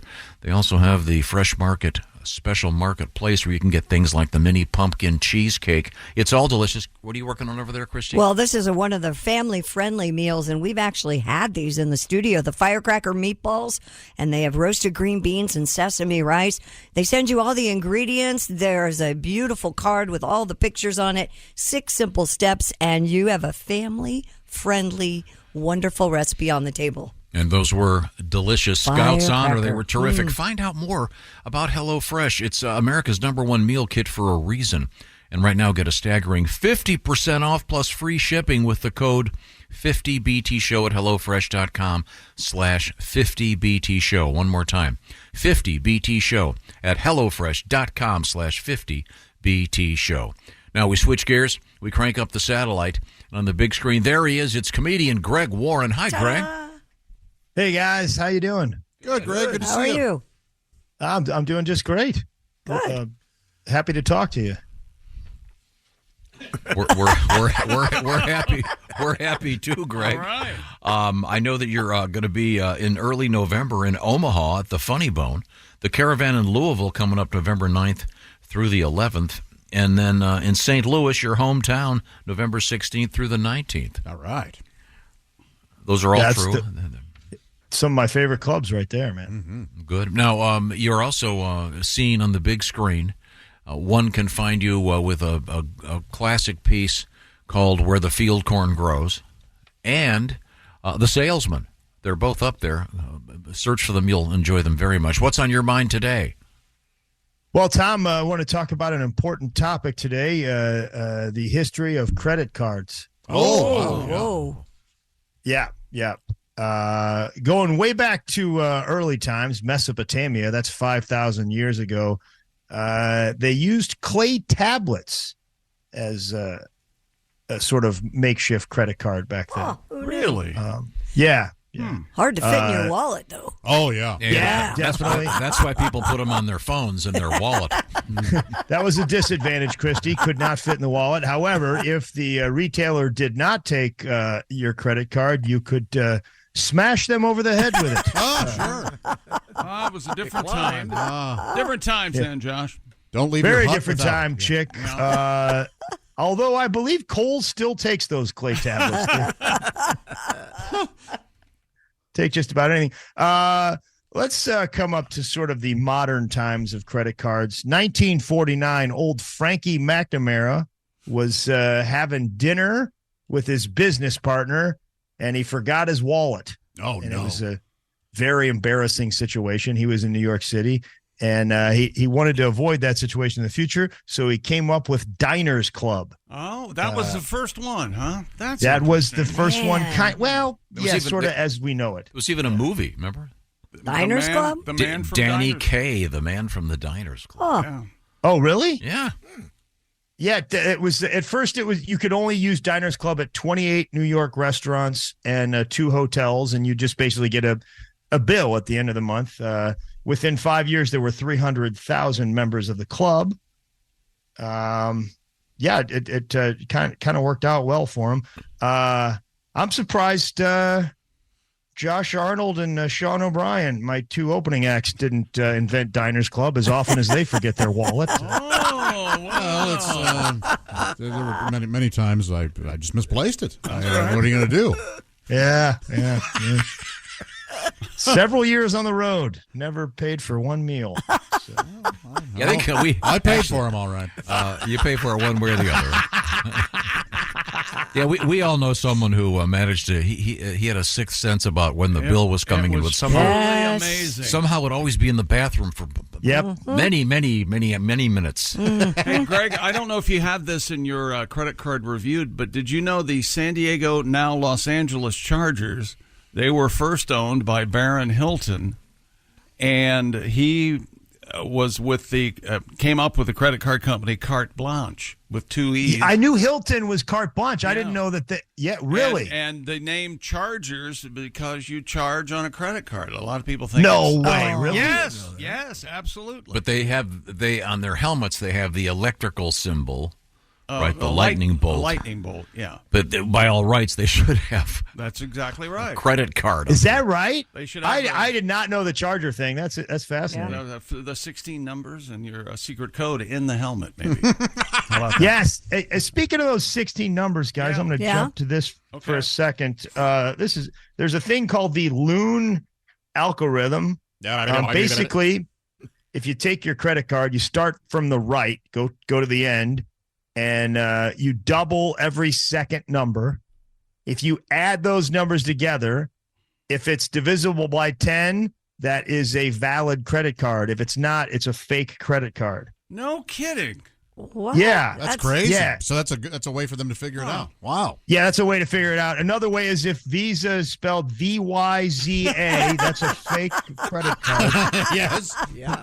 Also, if you're ordering stuff on the phone and you change your voice, you're using I'd like 5 hatchets, please. That may be a fake. That might be a fake card. That might be a phony.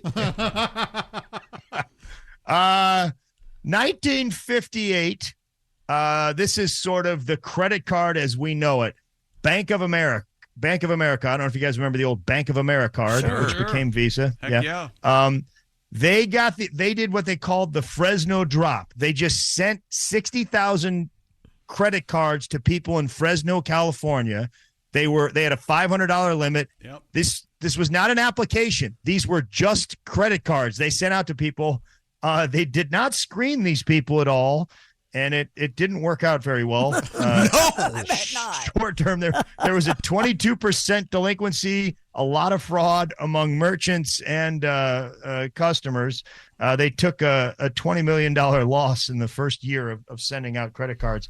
That was how they did it, though. That's how we got credit cards. Within the first 7 years, there were 100 million of these drops across the country. You just send in credit cards out. It's illegal now. You can't do that. When I went to college, they did that. They sent you a credit card? Yeah. Oh, Wow. yeah. I bet so, yeah. Yeah. According to Life magazine, these cards were mailed off to unemployable people, drunks, narcotic addicts, and compulsive debtors. Just come out and say who you're talking about. They sent him to stand-up comedians, and that's fine. And dirty, filthy hippies. And students. Things are a lot more strict these days. Yeah. They don't just send college students a credit card. You actually have to fill out a small piece of paper and get a free T-shirt in order to get. Yeah. It's a lot of screening.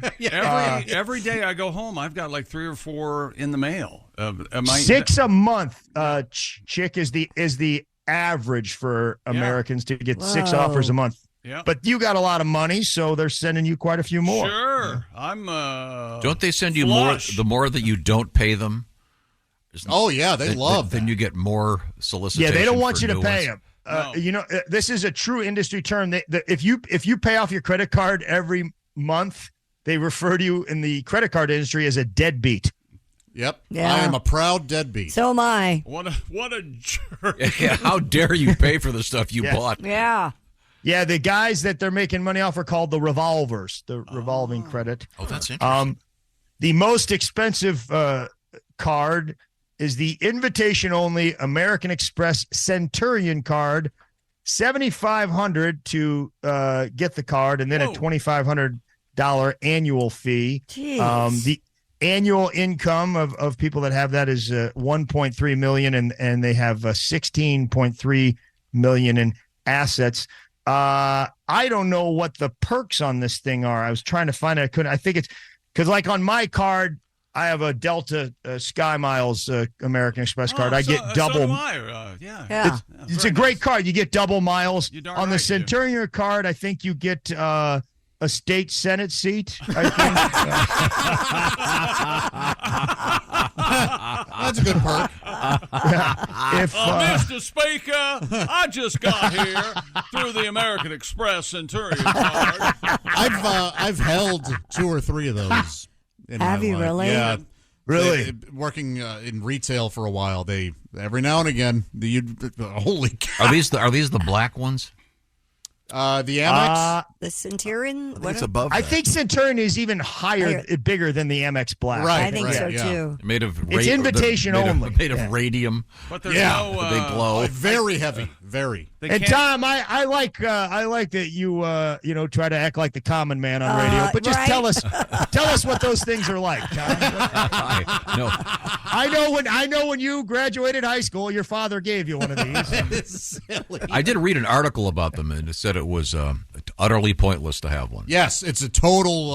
There's no perks, and the fees are ridiculous. It's just to show. It's a status It thing. apparently is the official name of the Black American Express card. Yeah, yeah. Wow. And they were, and the gentleman using it were this? buying a lot of. Yes. Oh no, say it, Josh. I'm sorry. No, they were clearly They were spending like $1,500 at my little Rawlings booth, so they. Yeah. Christy, Yes. up until I believe 1974, single women were not allowed to get credit cards. Yeah, I believe that. Oh, no. Yes, you had to have a husband co-sign for you if you Darn wanted a right. credit card. You're Yeah. darn right. Which is, they talk about all the sex in the 70s. That was mostly because women were impressed by credit cards. You can help me get a MasterCard. I could have gone home with a girl with my Visa check card.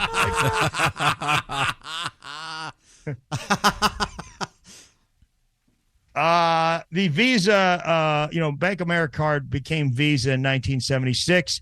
And you guys are familiar with the sort of the colors of the card. It's blue and gold and white. The blue is supposed to represent a blue sky. Because Bank of America card is a California company, the gold represents the color of the hills in California. I'm not sure that's the case. I think the blue represents the ocean of debt that you're going into. And the gold is the pile of riches that the company is making. And the white represents the board of the company. Yeah. Yeah. Do you remember there was a brief period of time where a couple of the major credit cards had your picture on them? Oh, no kidding. Yeah. I don't remember that. It was very. That was my first gag, Tom. What? Really? That was my first bit. Really? I got one of those when I was in college, I think, or right out of college. I got like a picture with those fake buck teeth and my glasses with like tape around it, and they put it on my credit card. Yeah, it seemed like a pretty good idea, but it did not last. I never had one of those. I think it lasted a couple years. But I mean, it was called the Bank America card. Oh. So yeah, who knows? They don't do that anymore. So I don't know why. That now they have a chip in them. Yeah, and now you can. I mean, you can wave them over the machine. And, Yeah, it's magic. Or you can stick them on your phone until your phone craps out. And check local. That magnetic strip on the back, Tom? Yeah. That was invented by a guy named Forrest Perry at IBM. You used to have to do that sort of imprint thing. But he invented it, but he couldn't figure out how to affix it to the credit card. They tried gluing it on, but the glue kept screwing up the machine. And he went home and he told his wife about it. She was ironing shirts, and she said, "Why don't you try to iron it on?" And he did, and that's how they do it. They apply it with heat. Yeah, Oh. That's a woman's And answer you know for what he everything. said to her, Christy? Iron it? What? He said, "Good idea, woman. Now finish the sleeves." Lucky you're married to me. You can get one of these. Hey, Greg, do you remember? And these guys kind of looked at me like I was crazy, but they do that all the time anyway. But no, remember when they had the books at they'd look up your department store, and you give them a credit card, and they look up your number in the book. Yes. Really? To see if it was stolen. To make sure it was valid or stolen or what, and that was in the days of the Kerchunker. Everybody I called do it. And then remember that. actually, in the days of the machinery to put them in, a friend of ours actually did a news story that changed the industry because they used to have what's it called, the carbon paper. Mm-hmm. There was a carbon paper thing, and the merchants would throw all those away. And then people would go into dumpsters, grab the carbon paper, and have all the information they needed. That's right. And that's why eventually they got rid of the carbon paper, and it was an automatic thing on the top. Really? Yeah. Remember that? A guy did that whole thing. We last saw him in Utah at one of our shows. He uncovered that whole scam. So, but I think they're great now. They're really good about if something goes wrong, but in my experience, helping you out when they get stolen and stuff. Tom, did you know about the thing where, like, basically there were usury laws, I think state usury laws, where, this is how much interest you could charge state by state. And back in sort of the late 70s, interest rates were really high. They were like 20% in some places. And Citibank was going, the maximum lending rate in New York was 12%. So they're just basically going under. And then there was this there was a Supreme Court decision called Marquette, I think, versus somebody, and they said if you were a national bank, a nationally chartered bank, you could basically, and you were based out of, say, South Dakota, where there were no usury laws, you could supersede the usury laws in all the other states. Yeah, so that was Marquette versus Loyola. Yeah, that was a championship, NCAA basketball championship. We got to close it up. Your credit is over, Greg Warren. Greg is one of my favorite comedians. Please check out The Salesman and Where the Field Corn Grows. Great stuff. Clean as a whistle and hilarious. Thanks, Greg. It's always a pleasure. Always. See you guys later. See you, Greg. Bye. Fascinating stuff. Yeah, I remember the credit card with my picture on it. I never had one of those. It was real. I thought it was a smart idea. Yeah. If it's stolen, they're going to go, wait a second. You look nothing like this guy, ma'am. Yeah. It's actually, I don't know why. Yeah, I don't know. Right now, it's time to say hello to your feet and our friends at Orange Insoles, Joshy. That's Hello, exactly Tootsie. right. Oh. Tootsies, how are you? Barking like dogs, are you? Not feeling as good as you could be? Well, mine are purring like I got a letter here, Josh. Yes? Tom, are orange insoles only orange because of the Halloween season? You want to take that, Josh? I do want to take that. The answer is no. They're orange all year round. As in orange, you're glad you've got these in your shoes? Even though it's Easter? Thank you. That's right.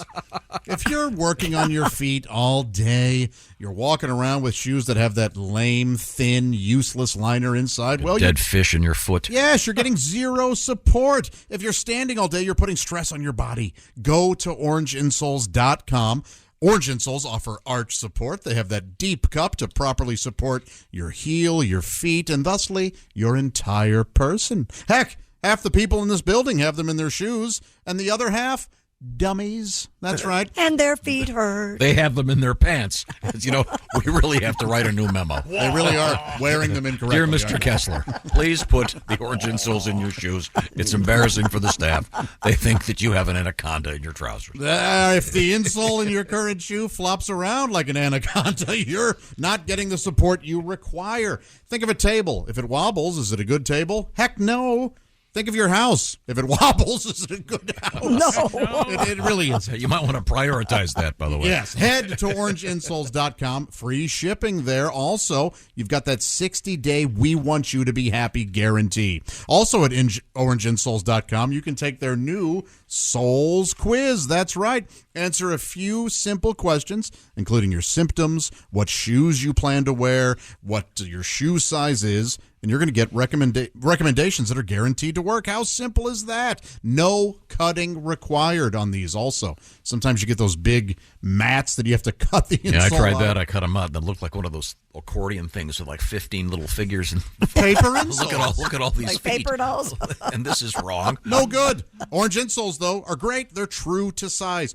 Check them out. orangeinsoles.com. Okay, I got a surprise for you guys.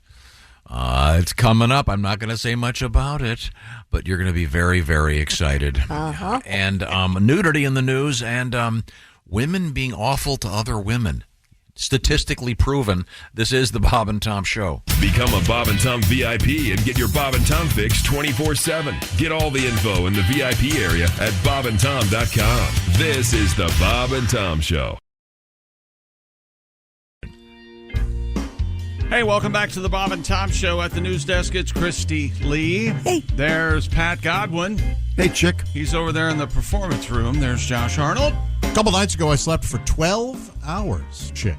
Well done, Thank sir. you very much. Lucky guy. Pretty awesome. Wow. Man. You know, I That's did that, great. I think, a couple nights ago. I had to have, I Pee? think it's Pee? food poisoning, but I still, Oh, like yeah. 8 or 9 hours in a row. It's pretty good. Did you get up and pee a couple times? No. Swallowed in Actually, it? no. Yeah. Yeah, I just pissed the bed. Yeah. You know, I said to hell with it. Maid will get it, right? Yeah. Yeah. What do I pay for? Huh? You got the rubber sheets. Why not? That's exactly what I right. was going to say. You have the rubber liner on your mattress, right? All right. Oh, yeah, I had those growing up. I'm sorry. I wet Hang the bed a lot. Hang the sheets out the window like Michael Landon had to. Yep. Remember Yes, that? yes. That was a movie. What? Oh My my God, you mom's did. mom did that to her. What? What? Hung the sheets out to let so that The neighbors Everybody so know. that the school bus would see. Oh. Yeah, they had some issues.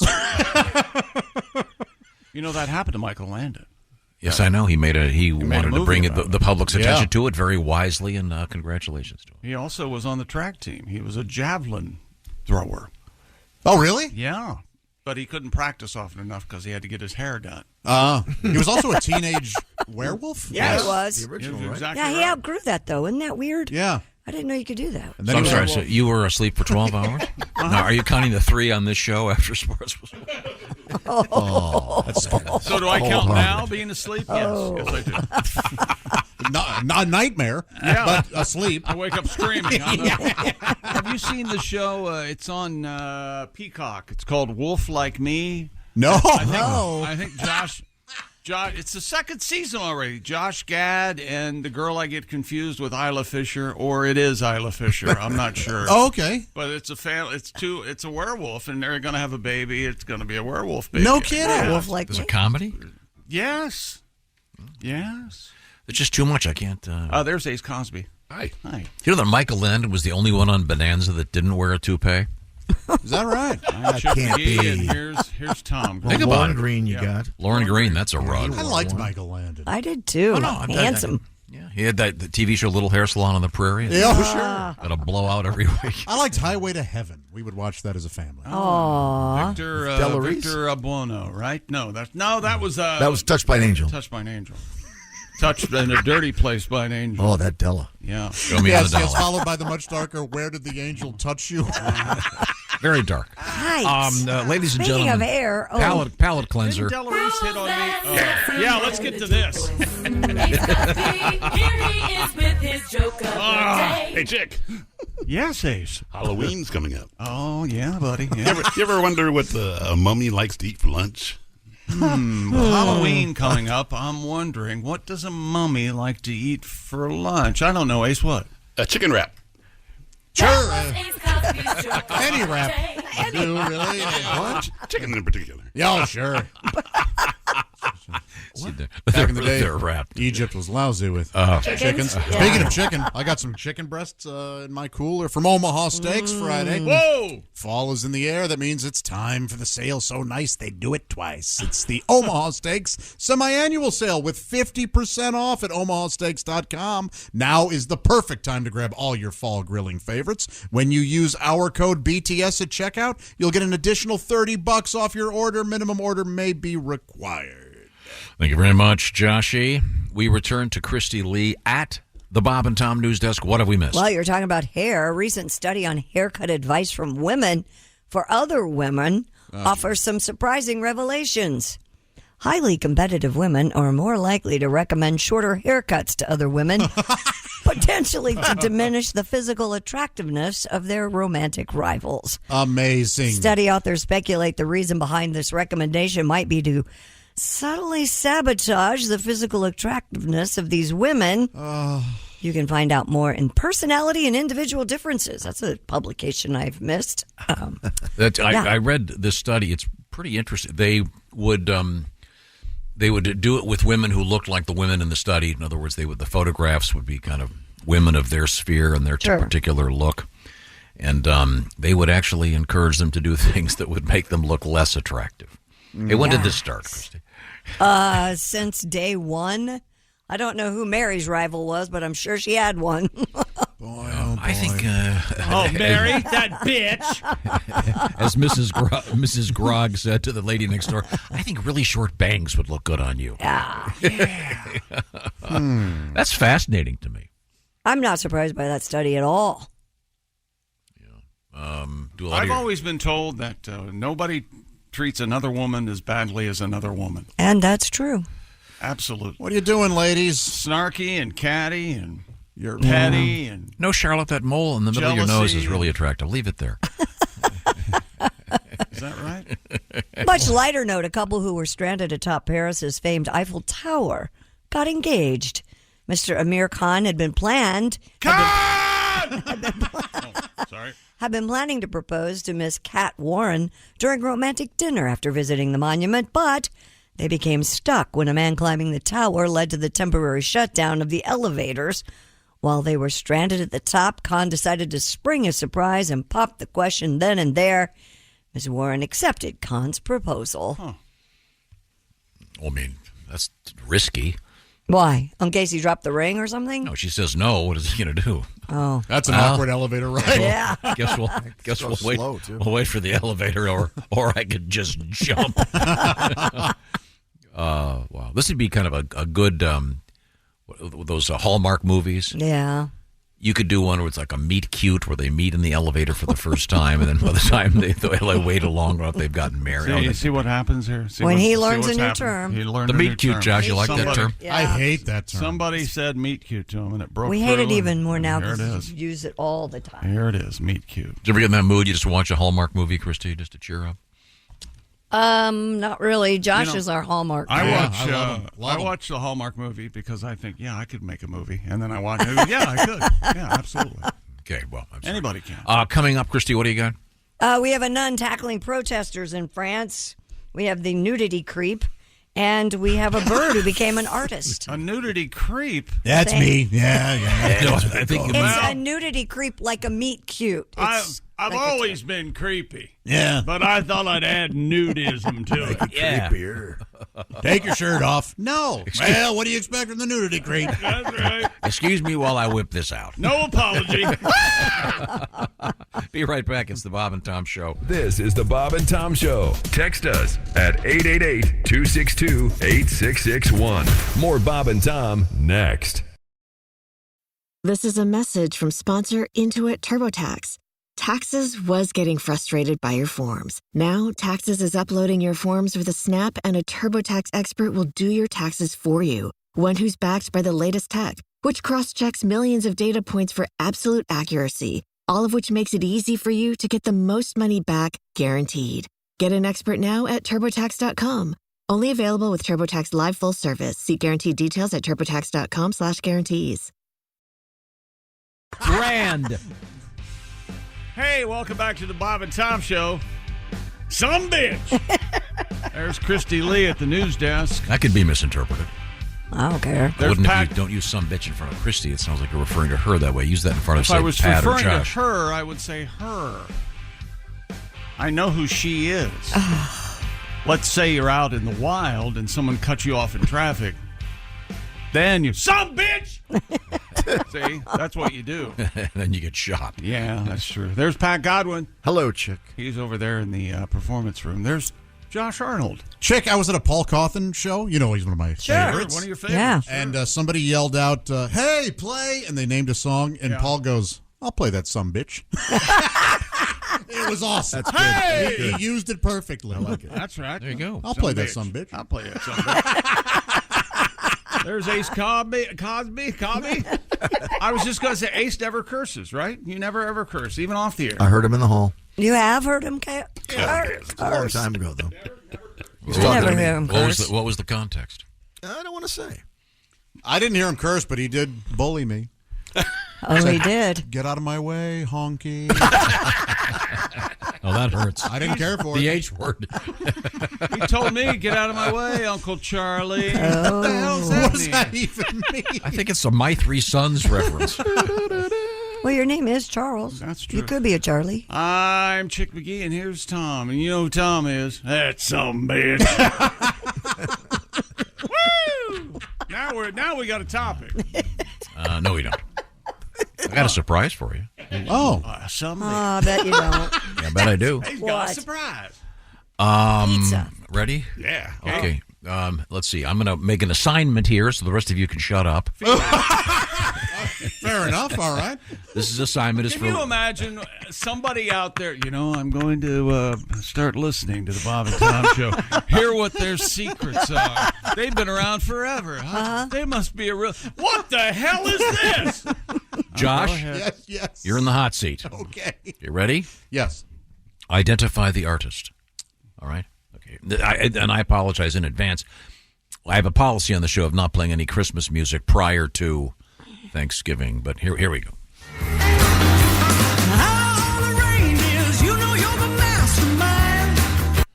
Wow. I'm familiar with the Chuck Berry version. I'm not familiar with this version. Run, Rudolph, run, of course. Yeah. Here, I'll give you a little bit more. Can I guess? Not yet. Remember, this is a Josh assignment. Chick's going to nail it. I don't think so.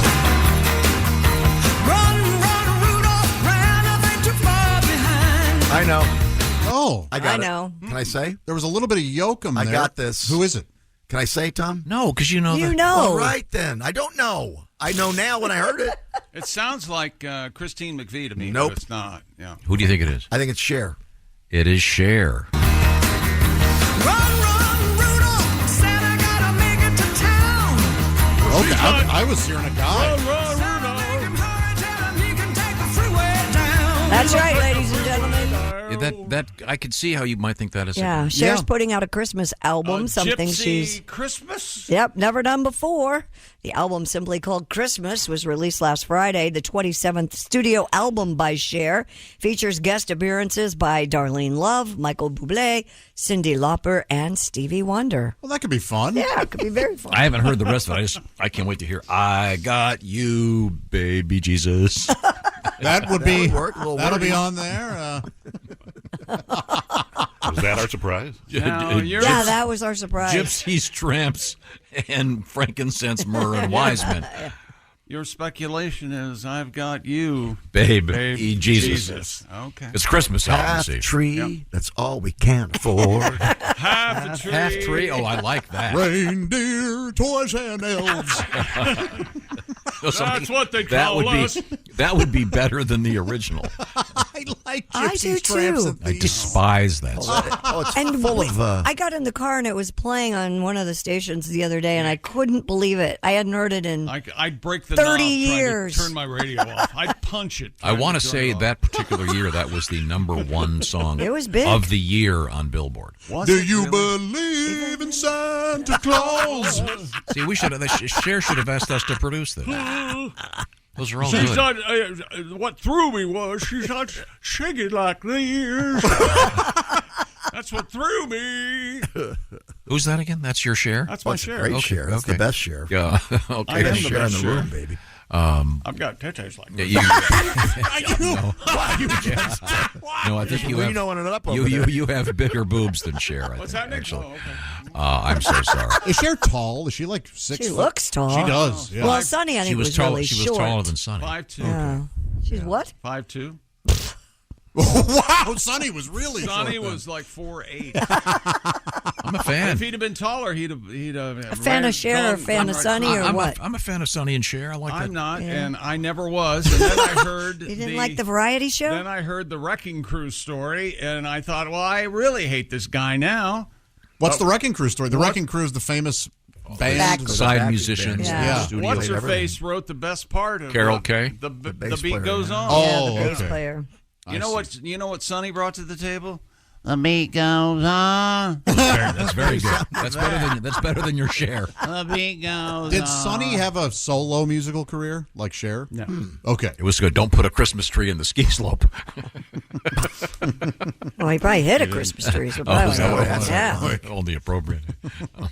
Wow. Sorry, Cher. We A hardly bottle of what Sotheby's is calling the most sought-after Scotch whiskey is set to go up for auction next month. Says who? The 96-year-old bottle of single malt from distiller Macallan, the Macallan Adami 1926. That tastes great when you mix it with Coke. a little bit of Coca-Cola. No ice. Don't be ridiculous. Will come under the hammer in London November 18th. Expected to fetch as much as $1.4 million. I like that term. If something's going up for auction, it's coming under the hammer. Yep. How about that? Coming under the hammer. That's what MC Hammer's wife used to do. Oh, God. I'm going to dance it away. When you buy that $1 million worth of scotch, do you drink it? Oh, boy, maybe, I don't maybe know. on very, very special occasions. No joke. Yeah, really. Yeah. What? I Deathbed? can't even imagine. I don't think you do Well, shots. Here's your inheritance, Louis. I'm going down. Oh. To drink to dad. Oh. Wow. We were talking about Cher's Christmas album. I don't know if you heard about this, but on Thursday night, the Rolling Stones played a very small club in New York City for the release of their Hackney Diamonds album. Yeah, it's hack, all right. Yeah, 7 songs they performed, 4 of them from the album. Lady Gaga was a guest vocalist on the new duet, Sweet Sounds of Heaven. Have you heard Angry? I think that's the first single. Angry. I did hear Stone one of the single. singles. It was okay. Yeah. Yeah. I like the other one better. I like the sloppy stones. I don't like I think this sounds too produced to me. That's my. I agree with you. That's my beef. But it could be way worse. It's passable. And this is kind of cool. They're out there doing stuff still. Yeah, the soccer club Barcelona is going to feature the band's tongue and lips logo on their uniforms for the game on Saturday. That's what the logo would sound like. Is that what it would sound like? What are they going to do? Is that Charlie on the album? Did he already have his drum part? Yeah, he's on there. There are a couple of them. He's on there. Yeah. But I mean, for the most part, it's the new guy. Yeah. Who's the new guy? And Mick was on Saturday Night Live. Phil Collins? What'd you say? So Mick was on Saturday Night Live. Yeah, he was. Yes, he was in 2 sketches. Yeah. Oh, I did not know that. Oh, cool, cool. He looked 80, like Mick Jagger. He's getting up there. What is he? 79? 80 or 81. Is he 80? He's 80. Oh, okay. Mitch McConnell's 81. Take a look at them side by side. That's really something. Isn't that something? Wow. Yeah, think about Mitch that. McConnell can sing. Ooh. He sure can sing. Yeah. Well, that's his. So that's sex, drugs, and rock and roll. That's not such a bad way to live. Mitch McConnell's groin in the cover of Sticky Fingers. Is it? A lot of people don't know that. Yeah, people think it's Joe D'Alessandro. No, it's Mitch McConnell. Hung like a donkey, ironically. How dare you? Hung like an elephant. You some Either one. bitches. You pick your party to hang. Some bitch. Now, What's that say about Mitch McConnell? Some bitch McConnell. That's right. So the story is Some bitch. Scotch, $1 million for a bottle of Scotch. 1.4 million. You know, it's there's almost $1.5 million. There's a buyer out there, man. They Sure love. there is. Do you ever do the thing where you mix it with an IPA, hopscotch? Hopscotch. Makes you jump. I enjoyed it. Makes you jump up. Makes you jump up and down. That I enjoyed it is too. stupid. And happier than my usual performance of this morning. No mention of babies or anything. No, unfortunate, unwanted. Wow. Never mind. This portion of the Bob. Unwanted. This portion of the Bob and Tom Show features Chick McGee. Raycon, everyday earbuds. You know about that. It's fall. Listening to the Bob and Tom Show is probably a part of your daily routine. Sure it is. And Raycon's everyday earbuds look, feel, and sound better than ever with 3 sound profiles to match whatever you're listening to. You can have the noise isolation. You can be in awareness mode. You can be immersed in sound or tune into your surroundings if need be. You can listen while you travel or maybe during a workout. Optimized gel tips for the perfect in-ear fit. The earbuds are comfortable enough for all-day wear. And remember, they do not budge. And with Raycon, you also get 8 hours of playtime, seamless Bluetooth syncing, 32 hours of battery life, and you'll love this. They start about half the price of other premium audio brands. No wonder Raycon's everyday earbuds have over 78,000 5-star reviews. And Raycon is having their annual fall sale. For a limited time, go to buyraycon.com/Tom and get 20% off site-wide plus free shipping. That's buyraycon.com/Tom. You score 20% off. That's buyraycon.com/Tom. Thank you very much. Coming up, comedian Greg Warren. Oh, he already came that. up. Yeah. Sorry. Coming up, comedian Reno Collier. Sorry, Greg. I enjoyed your feature very much. And a story that you're going to like, Chick, involving airlines. Oh, okay. I think you're going to like this. All right. That's kind of interesting. And we got a huge amount of nudity next. Oh. Just like bushels. Sorry. Oh, yeah. Nothing better when you're naked than about a big bush. Bushels of nudity. Yeah. This is the Bob and Tom Show. So good, so good, so good. New markdowns up to 70% off are at Nordstrom Rack stores now. Fresh kicks, spring tops, new dresses. There's always a score. I mean, the denim section is unreal. Why do I rack? All the dresses. I always find something amazing. Head to your Nordstrom Rack store to find can't-miss deals on all the spring things. Great brands, great prices. That's why you rack. Welcome back to the Bob and Tom Show. At the news desk, it's Christy Lee. Hey. There's Pat Godwin in the performance room. Hello, Chick. Hello. There's Josh Arnold. He's at the I Hate Steven Singer sidekick chair. Hello. There's Ace Cosby. Hey. I'm Chick McGee with a follow-up, an email, and here's Tom Griswold. Go ahead. What's your email? We were talking about Halloween costumes. Right. And I mentioned something called the Skelebaner. Yes. Which is a skeleton, the standard skeleton costume for gentlemen. Mm-hmm. And then it has Evidently, it comes with a pump, and you inflate Classy. what you think you would inflate. Oh, I see. And it has a bone in it, just like the rest of your body. It's pretty. So silly. It's really funny. It's pretty funny. This is for an adult. Yeah, Again. you walk up behind You somebody. don't want little Jimmy trick-or-treating with that. No, of course Hey, you got Anyway, room for your Milky Way in your pants? Dear Chick, this is from Greg in California. My brother has the Skeleboner costume. He does.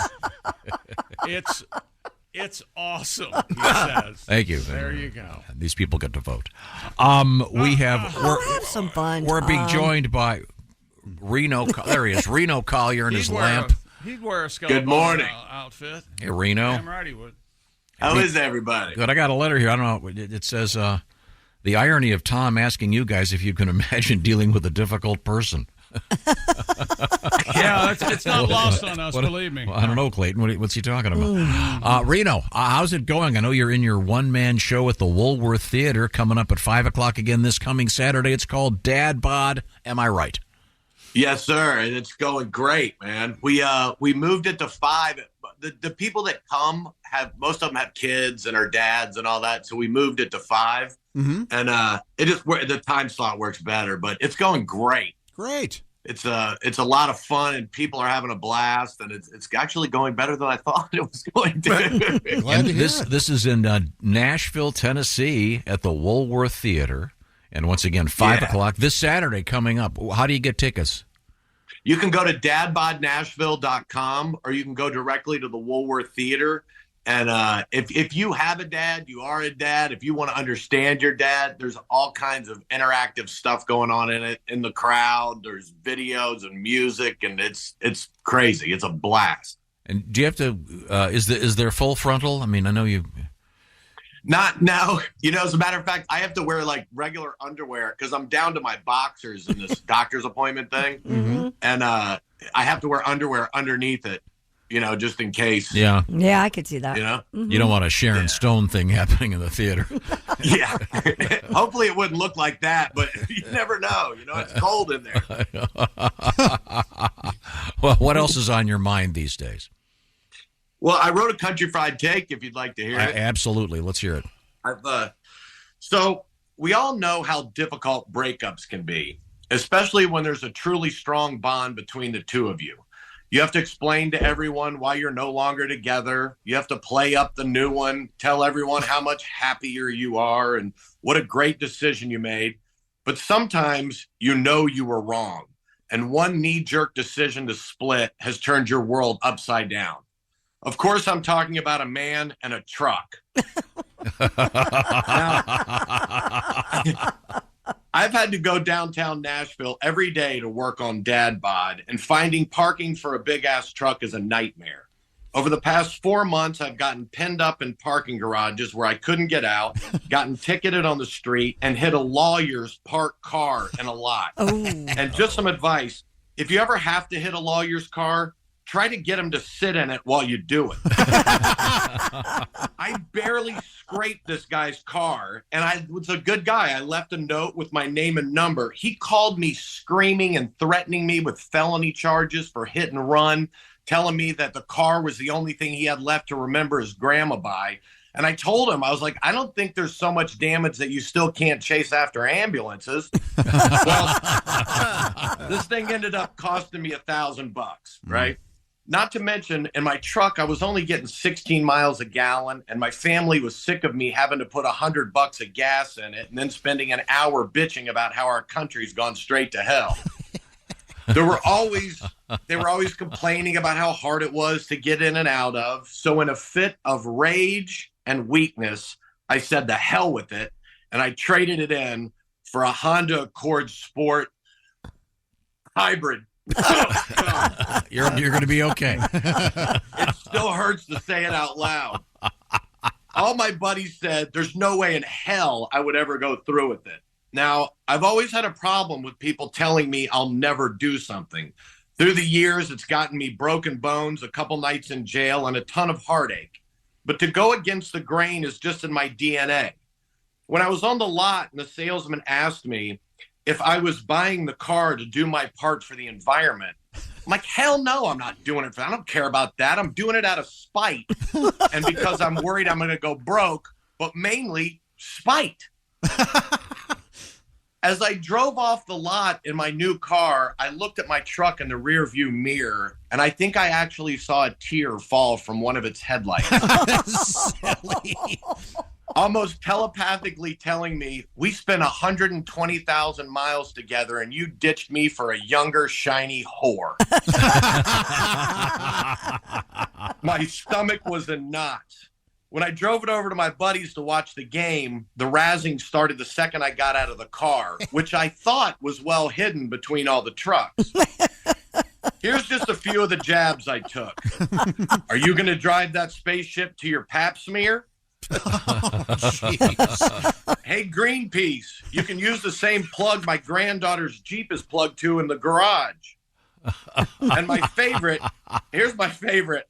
Hey, Greta Van Susteren, all the food has meat in it.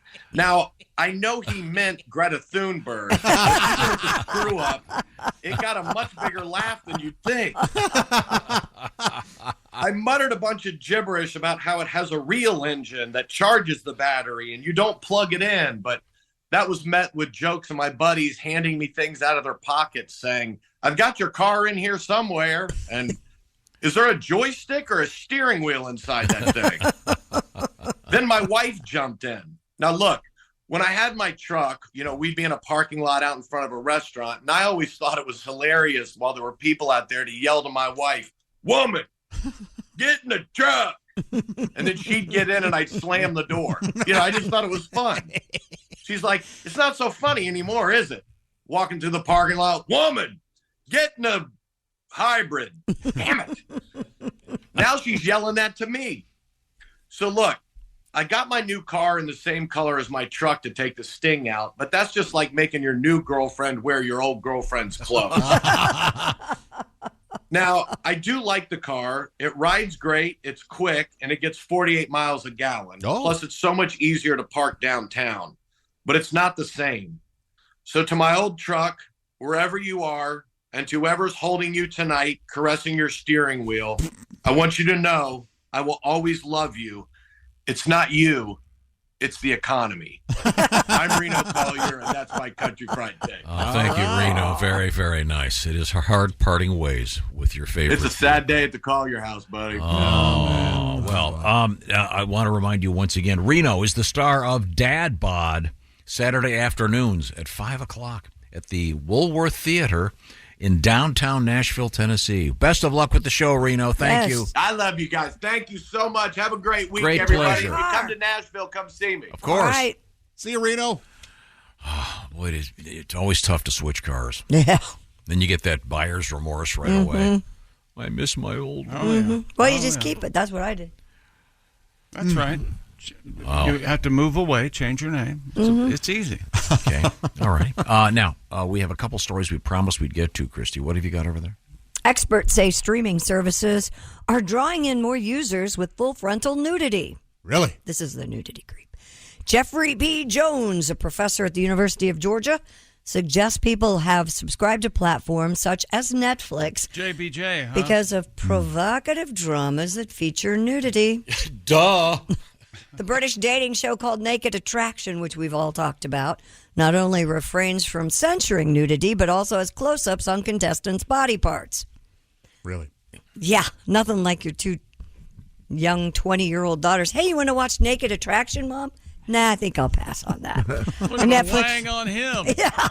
Wait a minute, I know that guy. No, they were like, but the thing was kind of funny because they're British, and so I go, so you've watched the show, and my oldest goes, yeah, but they're all hooded, so they look kind of funny. Oh yeah, yeah. So well, they do that in England because she'd never seen one like that. The last thing they show are the teeth. they want these guys to get picked. Oh, I'll take the guy with the summer teeth. Some are there, some are missing. A Netflix show called Sex Life allegedly pulled in more than 20 million viewers in 2021. Sex Life, huh? Yeah, in part because of one graphic scene of male nudity in the shower, which I was disappointed to find out was fake. Yeah, did you hear that? Yeah, I heard it was fake. A stunt.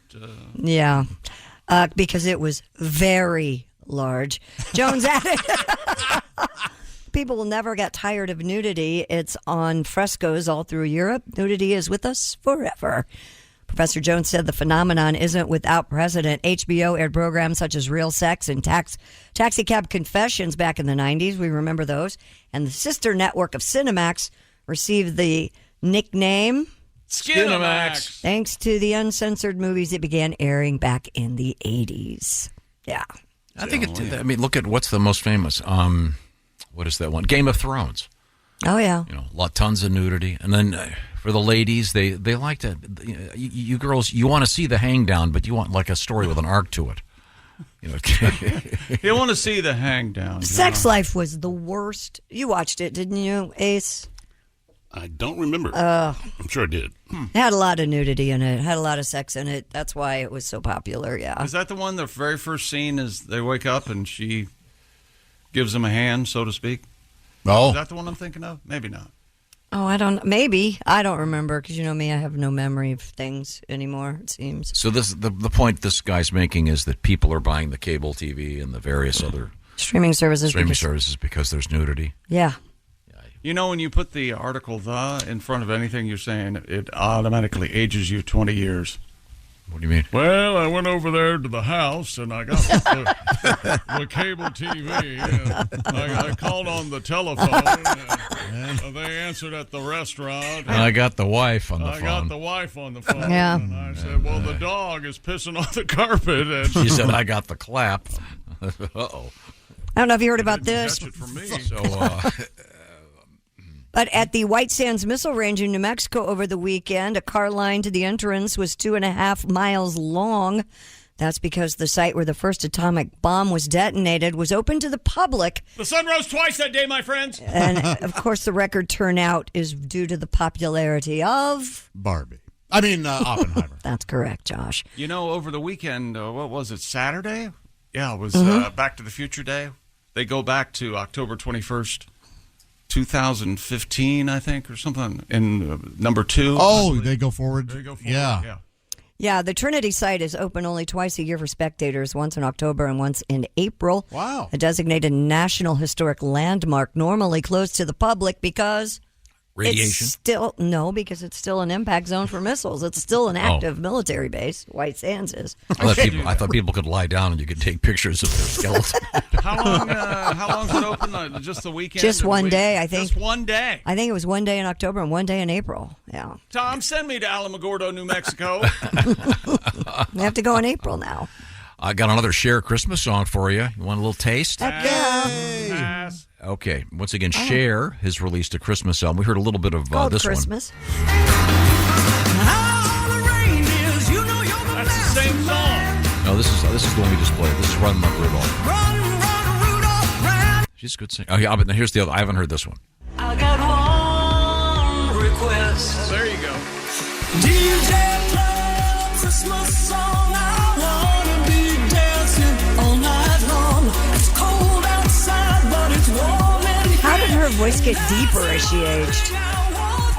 Production. DJ, play a Christmas song. Yeah. I didn't know there are Christmas songs that you dance to. Apparently. That one there. I guess Got that thumping. Well, you got to know your audience, Tom. I believe in love thing. That's why. Yeah, that does sound like I Believe in Love. That's a fun one. If I could jingle your bells. There we go. I like that very much. I won an Oscar. Now we were talking about the old days of credit cards, and Greg mentioned they started literally with like tablets. Yeah. That they were, clubbing back in the day. If Caveman was different, we should go clubbing. You wouldn't hear Cher singing. It really involved clubs, and I like that one over there. Go hit her, drag her out. You think Cher is a big gay audience? That's my point. Thanks. Maybe so. I don't know. Did you guys ever talk to Cher? Yeah, really? She's great. What is her real name? Sarkazian. Cher Sarkazian? Sherilyn. Isn't it? That's something. It was something like that. She's of Armenian. Is it weird that I like her? I like her. No, she's great. She's a good actress. I'm a 45-year-old straight man, but I really like Cher and I like Bette Midler and I I do too, yeah. Am I gay? It's Am I okay. gay? May could be. Go for it. My dad might help the show. Have you ever had a last scene relationship? No. Oh, with a female, you mean? Yeah. Oh boy, oh boy. You've had.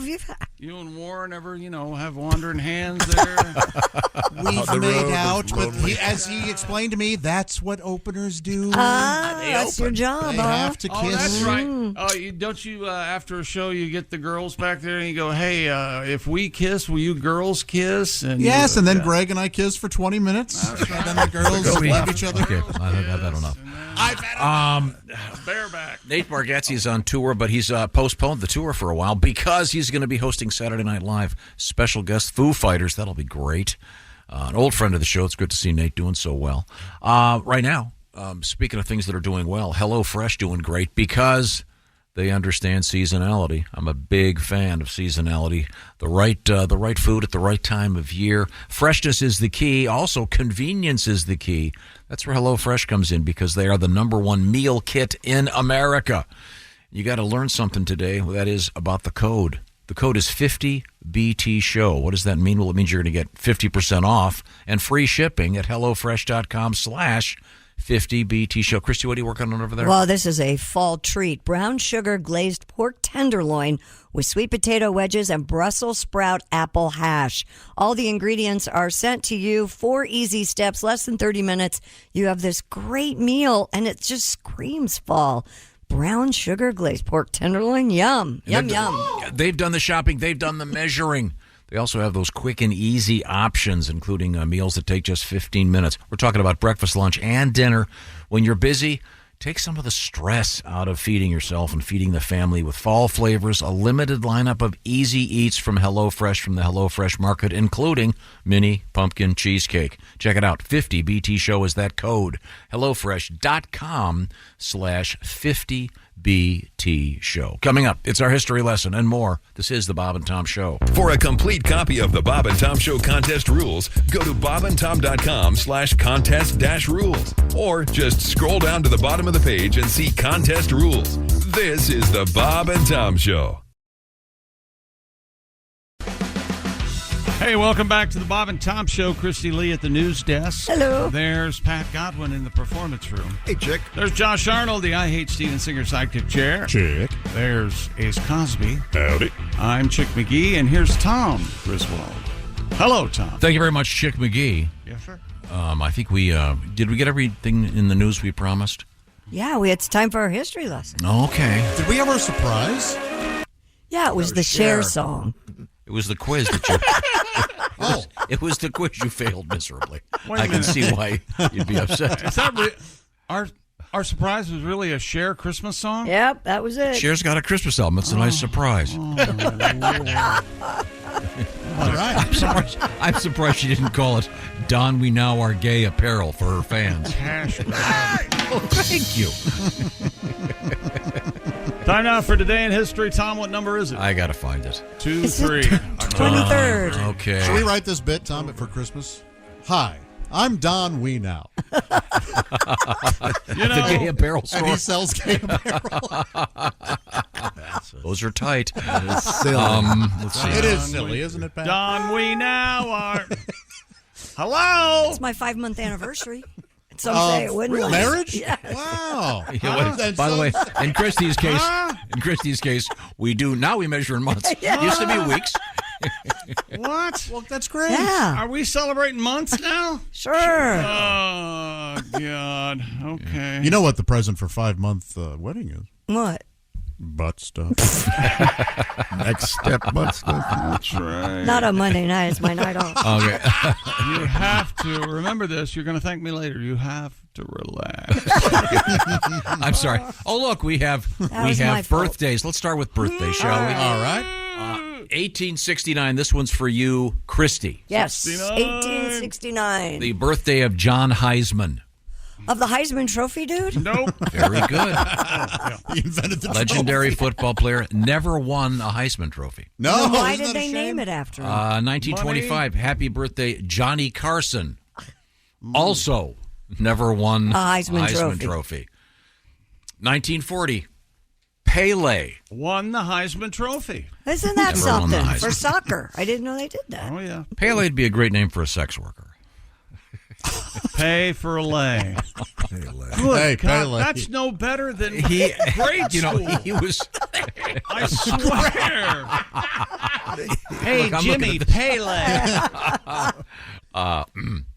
He was like the Wilt Chamberlain of the soccer world when it came to the ladies. Pele Oh, was? really? Oh, God. No idea. He disappointed some women, though, because he would never use his hands. Yeah. And his idea of head, wow, that hurt. They do seem to like that hand stuff, don't they? Oh, yeah. Where were we? Okay, let's see. Pele, Johnny Carson, Weird Al Yankovic. I like Weird Al. Friend of the show. Born in Josh likes Weird Al. 1959. Love, yeah. My Bologna. Love it. Eat it. Another one missed the bus. And he could have. I like the titles coming from you better. He could have taken that a really bad direction. I laugh and when he you did. do He it. chose not to. Yes, He yes. did not go into. What was Gangster Paradise? What was that? Amish Amish Paradise. Oh. That's funny. Ryan Reynolds. There we go. 1976. Chick loves him. Oh, he's an unlikable person, isn't he? Yeah, right? No charisma. Just sold his gin for hundreds of millions of dollars. Like that. Two guys, the girl, and a pizza place. I remember that show. Not enough pizza place for my taste. Yeah, the pizza place got the most fan mail. Here we go. Isn't that This is interesting. Who? Christy Lee. Yes. This is so. Christy Lee did? No, Christy. I think you'll get this. 1933. This fellow and his gang robbed the Central National Bank of Greencastle, Indiana, taking $75,000. John Dillinger? John Dillinger is the correct answer. They call him the pickle. Very good. The dill pickle? Isn't his penis in a pickle jar? It's an urban legend. I think that's Wieners in a pickle jar. There's a photograph. There's a photograph of Dillinger on the Table, call it so, table, yeah. and it looks like he's massively endowed and erect. Yeah, but that's just a trick. It's a trick. Because he'd be bigger than me, and that's not happening. Wow, this is exciting. Apple releases the iPod in 2001. Whoa. I remember Still paying that. for it. I remember. I still have mine. So great. First one? I thought I'd lost Take my it over to Antiques Roadshow. See what they'll give you for it. Time now. Adele Reese's "Hello" becoming the first song with more than 1 million downloads in a week in 2015. Adele. Oh, I thought you said Della Reese. Della Reese. Tom once went to an NFL game on Sunday. Says the refs had been drinking. What he said. I don't know. Josh got a big weekend. Had a delivery box of Omaha steaks. Mm-hmm. Remember our promo code BTS. And I'll send you all pictures of what I make. All right. We went over many listeners and our porno and stripper names. We talked about that for a little while. I like those. It's fun. It's a fun formula. Well, no, it's what was yours again, Josh?